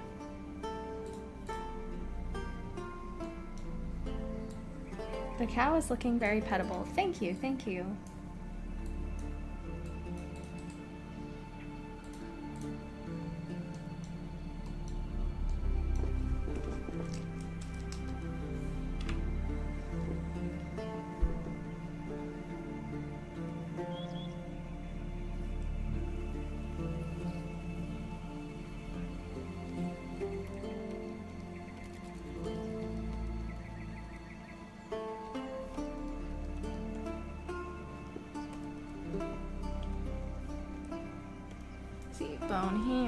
Bone here, and then bone there. Okay. Gotta double check my numbers of bones here so I don't get something wrong.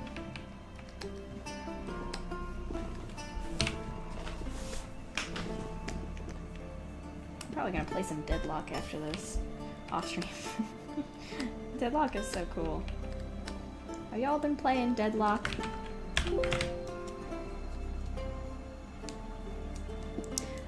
I'd say canonically there are male and female versions, but I don't know if I'll have time to model out a male and female version. But this one is a girl because she has udders. I haven't modeled them yet, but she will have udders.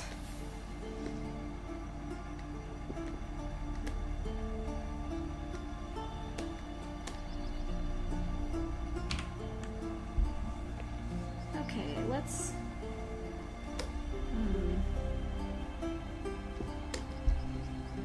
Let's duplicate... wait, no.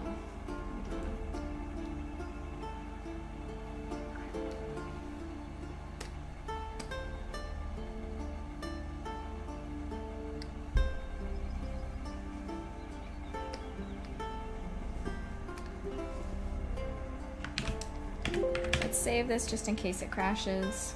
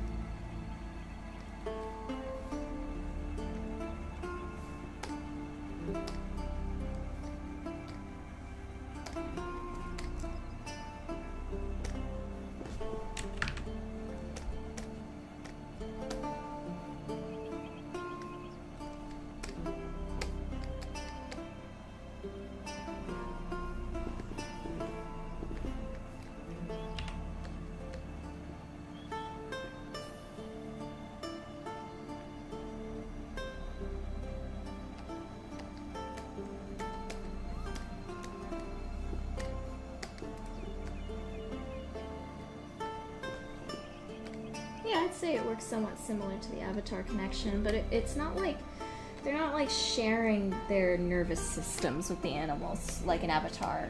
It's more like a sense of primal communication, I suppose, communicating through like images and feelings with the animal. Because the animals don't have like a language center in the same way we do in our brains.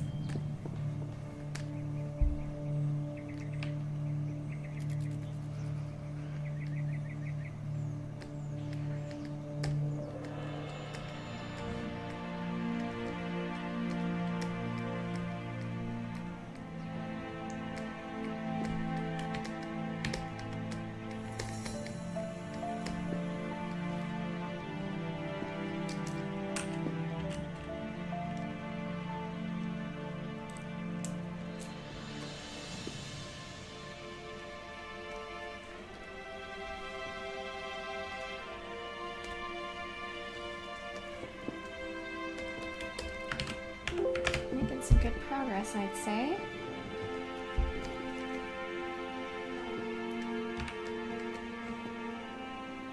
Looks like she looks like she's wearing the Chanel boots. Are you wearing the Chanel boots?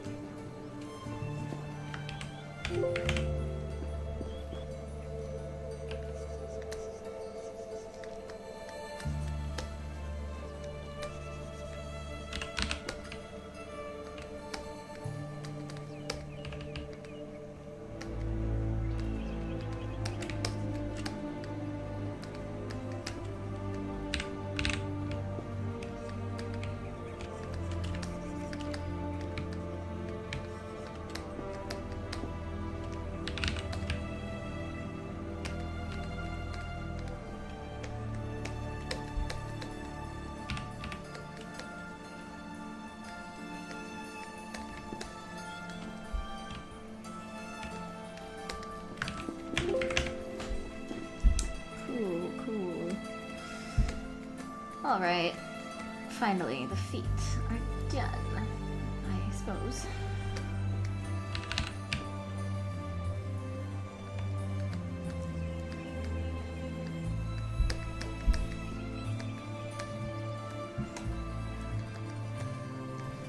Now what? Now what? Let's see. Maybe more fur.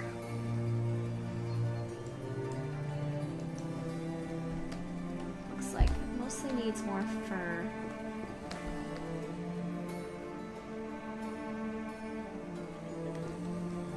Hold on, I need to adjust something.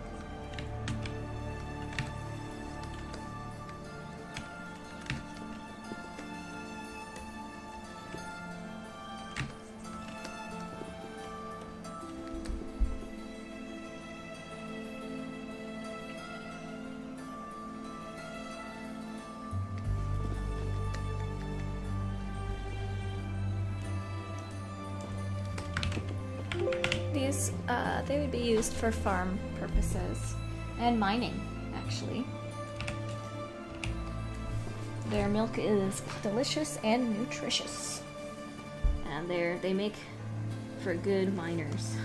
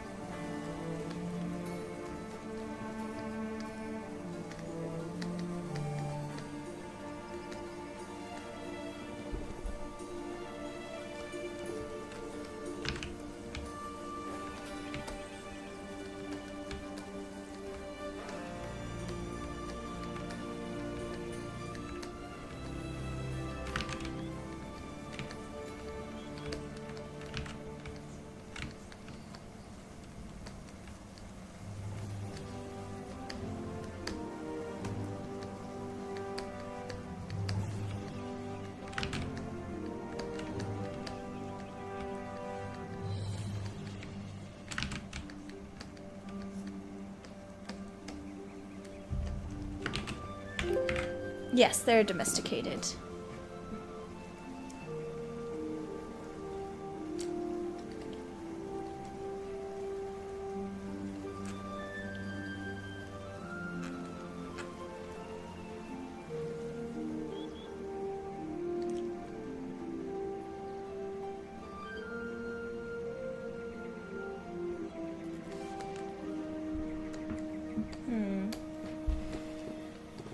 Okay. Might as well start putting some fluff on the tail.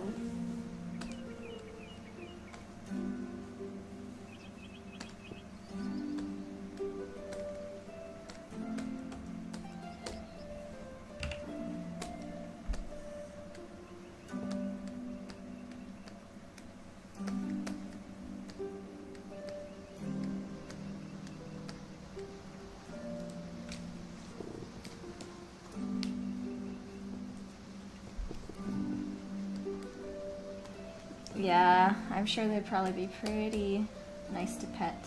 Very soft.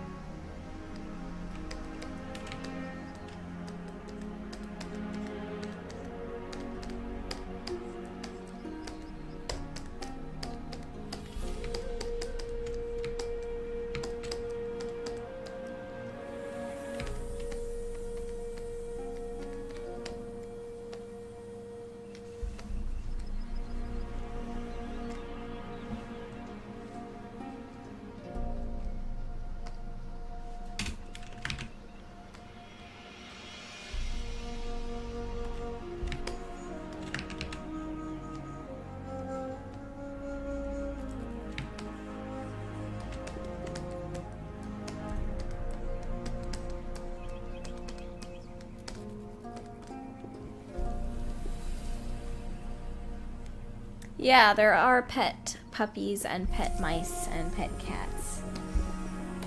There's different kinds of pets on this planet.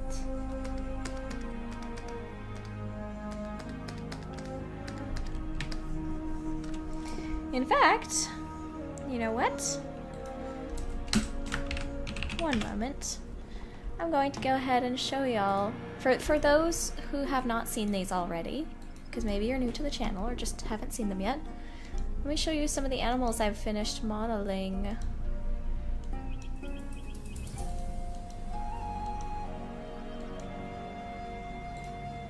Oh my goodness. Hold on.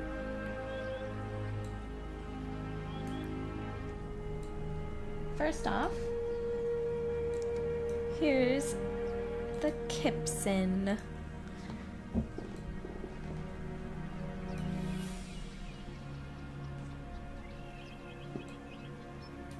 And here is the fluff bat.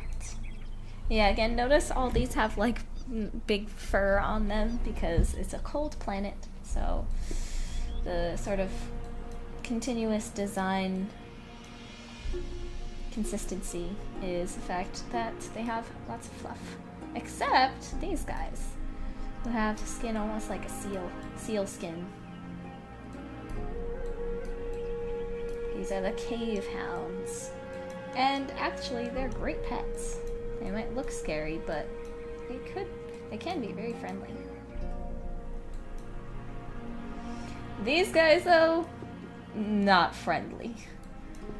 The Sparam like to punch you with their metal fists and claws, and beat you with their wings and ram you with their horns.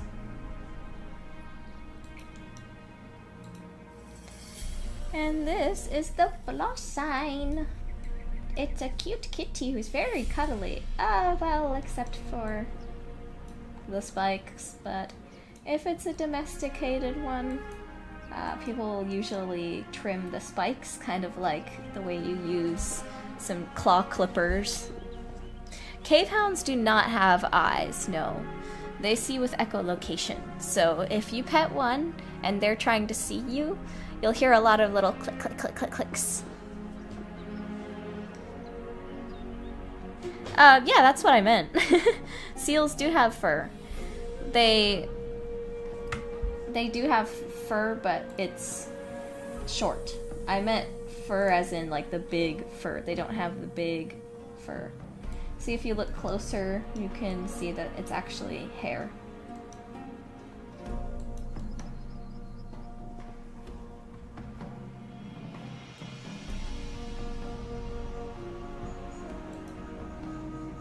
And here are the Verna,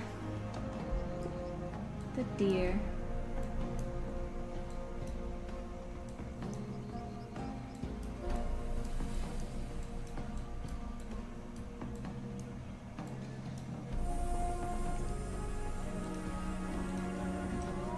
So those are some of the critters that will also be in the game, alongside this big beauty.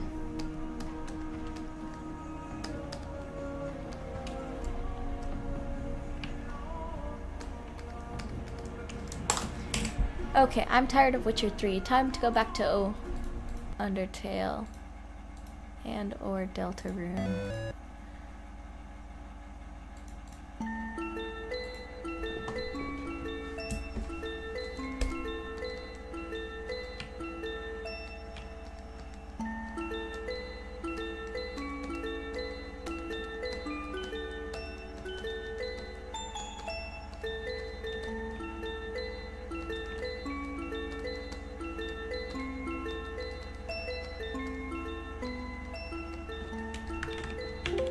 Actually. No problem, no problem. No, the Selkies in this world do not turn into humans.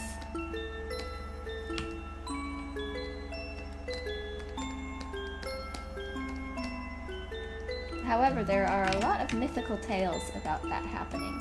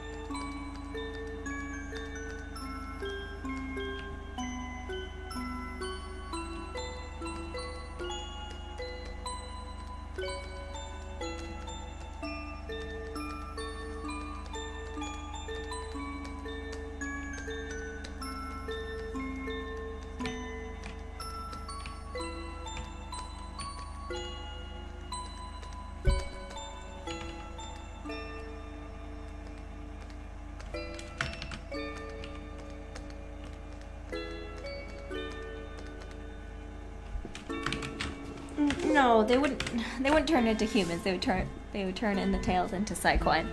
We just used human as shorthand. Like for the humanesque form. But yes, in the tails there are Selkies that turn into Psyquine.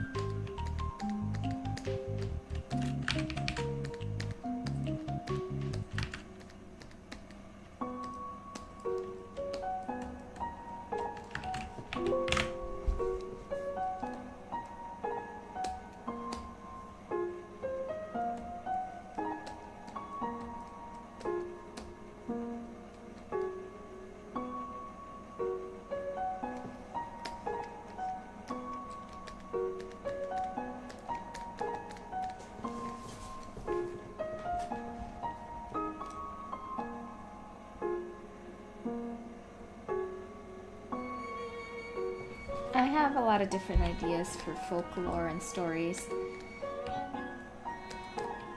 You can listen to one of them on my channel right now, on my newest video. I say new, but it's been out for like a month or two.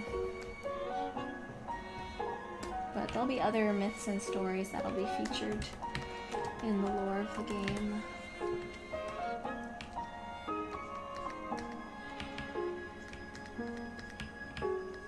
And histories.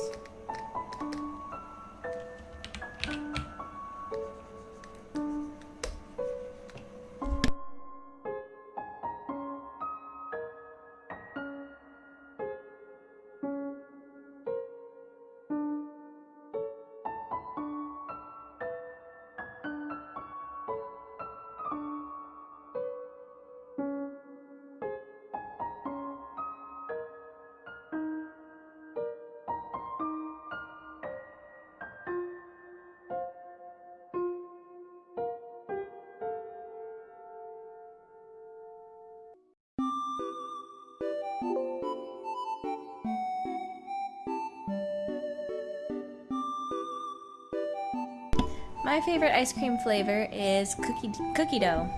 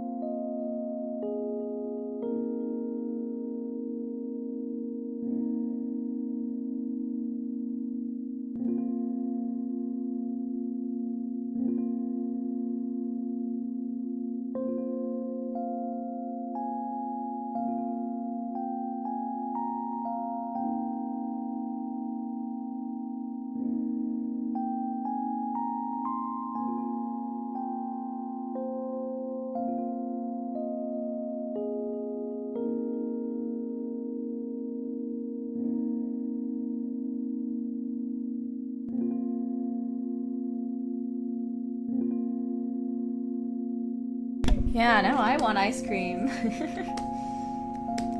all making me think about Bluebell ice cream.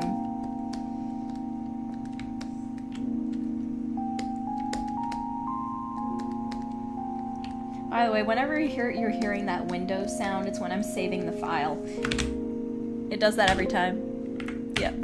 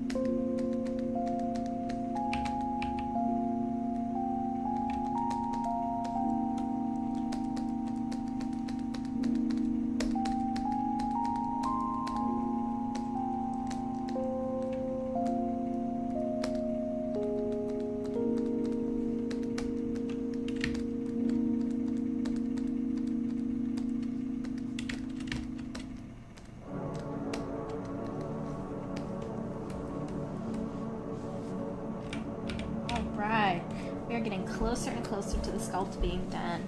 There's still refining to do on the fur and the udders, and still gotta be made, of course, but it's getting close now.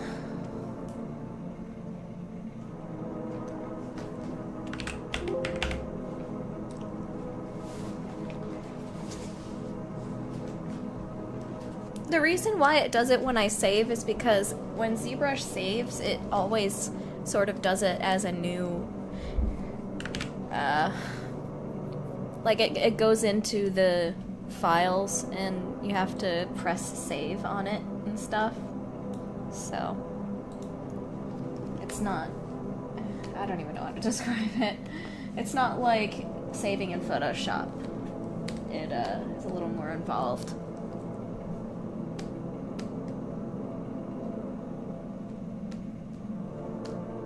Brings up the file folders and everything.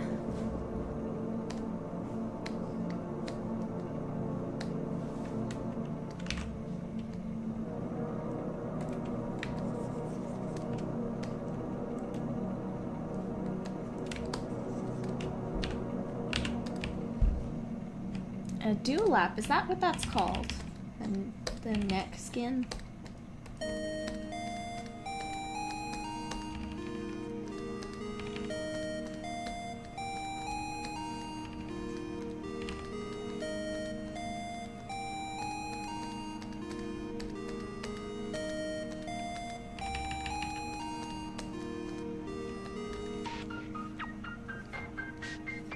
Yeah, this file is the same name. Do you want to replace it? Yes. Yeah, that kind of thing.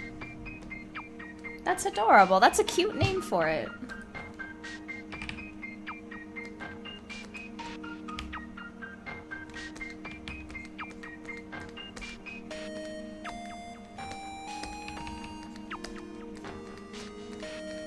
You learn something new every day.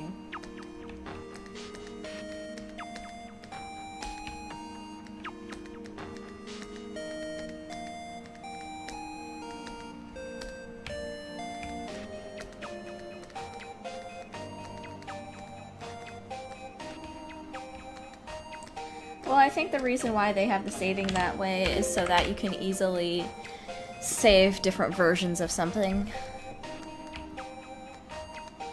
Because in ZBrush, there's a lot of stuff that happens that is permanent. So a lot of times people want to have quite a few different versions of the same file, just in case they do something that they can't control Z.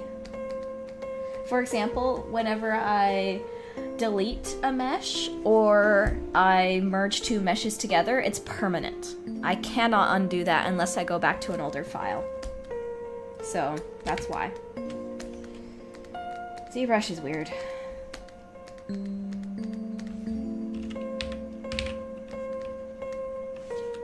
That's also why I autosave so much.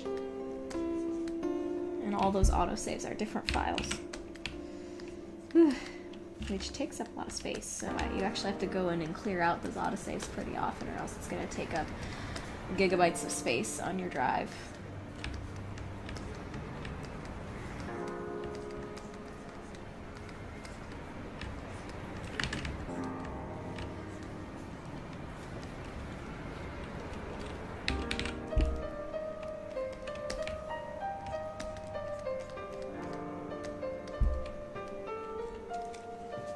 Are there any characters I had to cut from the game? Yes, actually. I feel like I've been asked that before, but I said, oh no. But now that I think about it, there actually was someone I cut from the game, who was the janitor.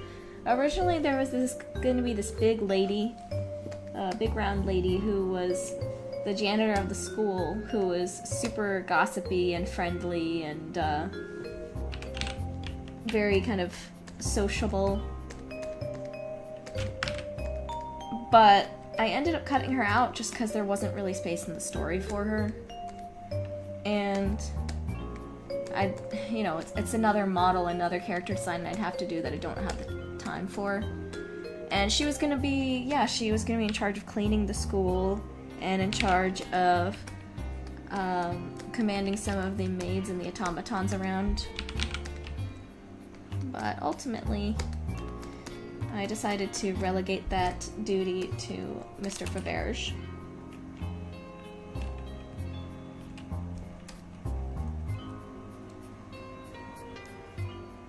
And the automatons just are in charge of the cleaning of the school and all of that.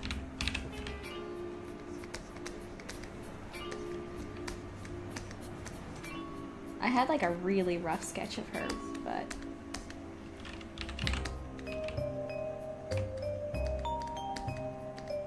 it's buried somewhere.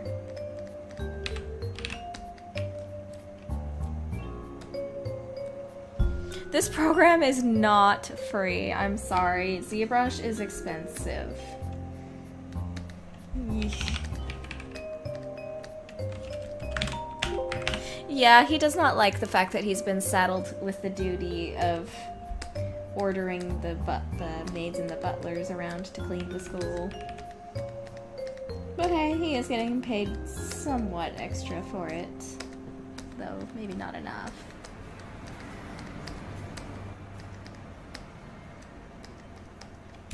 The school is running low on teachers and staff.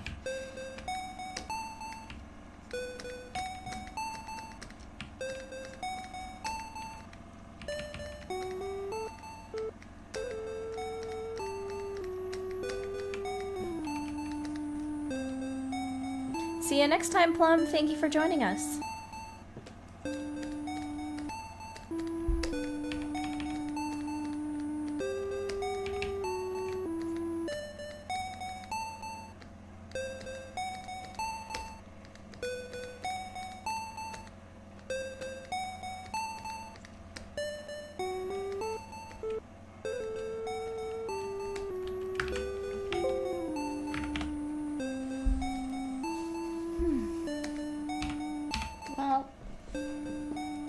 It's just about 8. I think this is probably a good place to stop.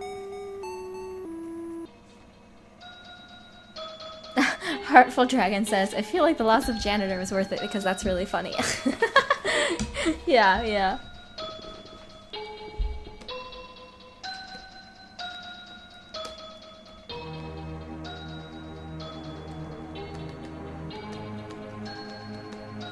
Well, I think it's coming along. Next stream, we'll probably finish the sculpt. And then, off stream, I'll probably do the retopology because it's really boring to watch. And I do it on my iPad, so I wouldn't be able to stream it anyway.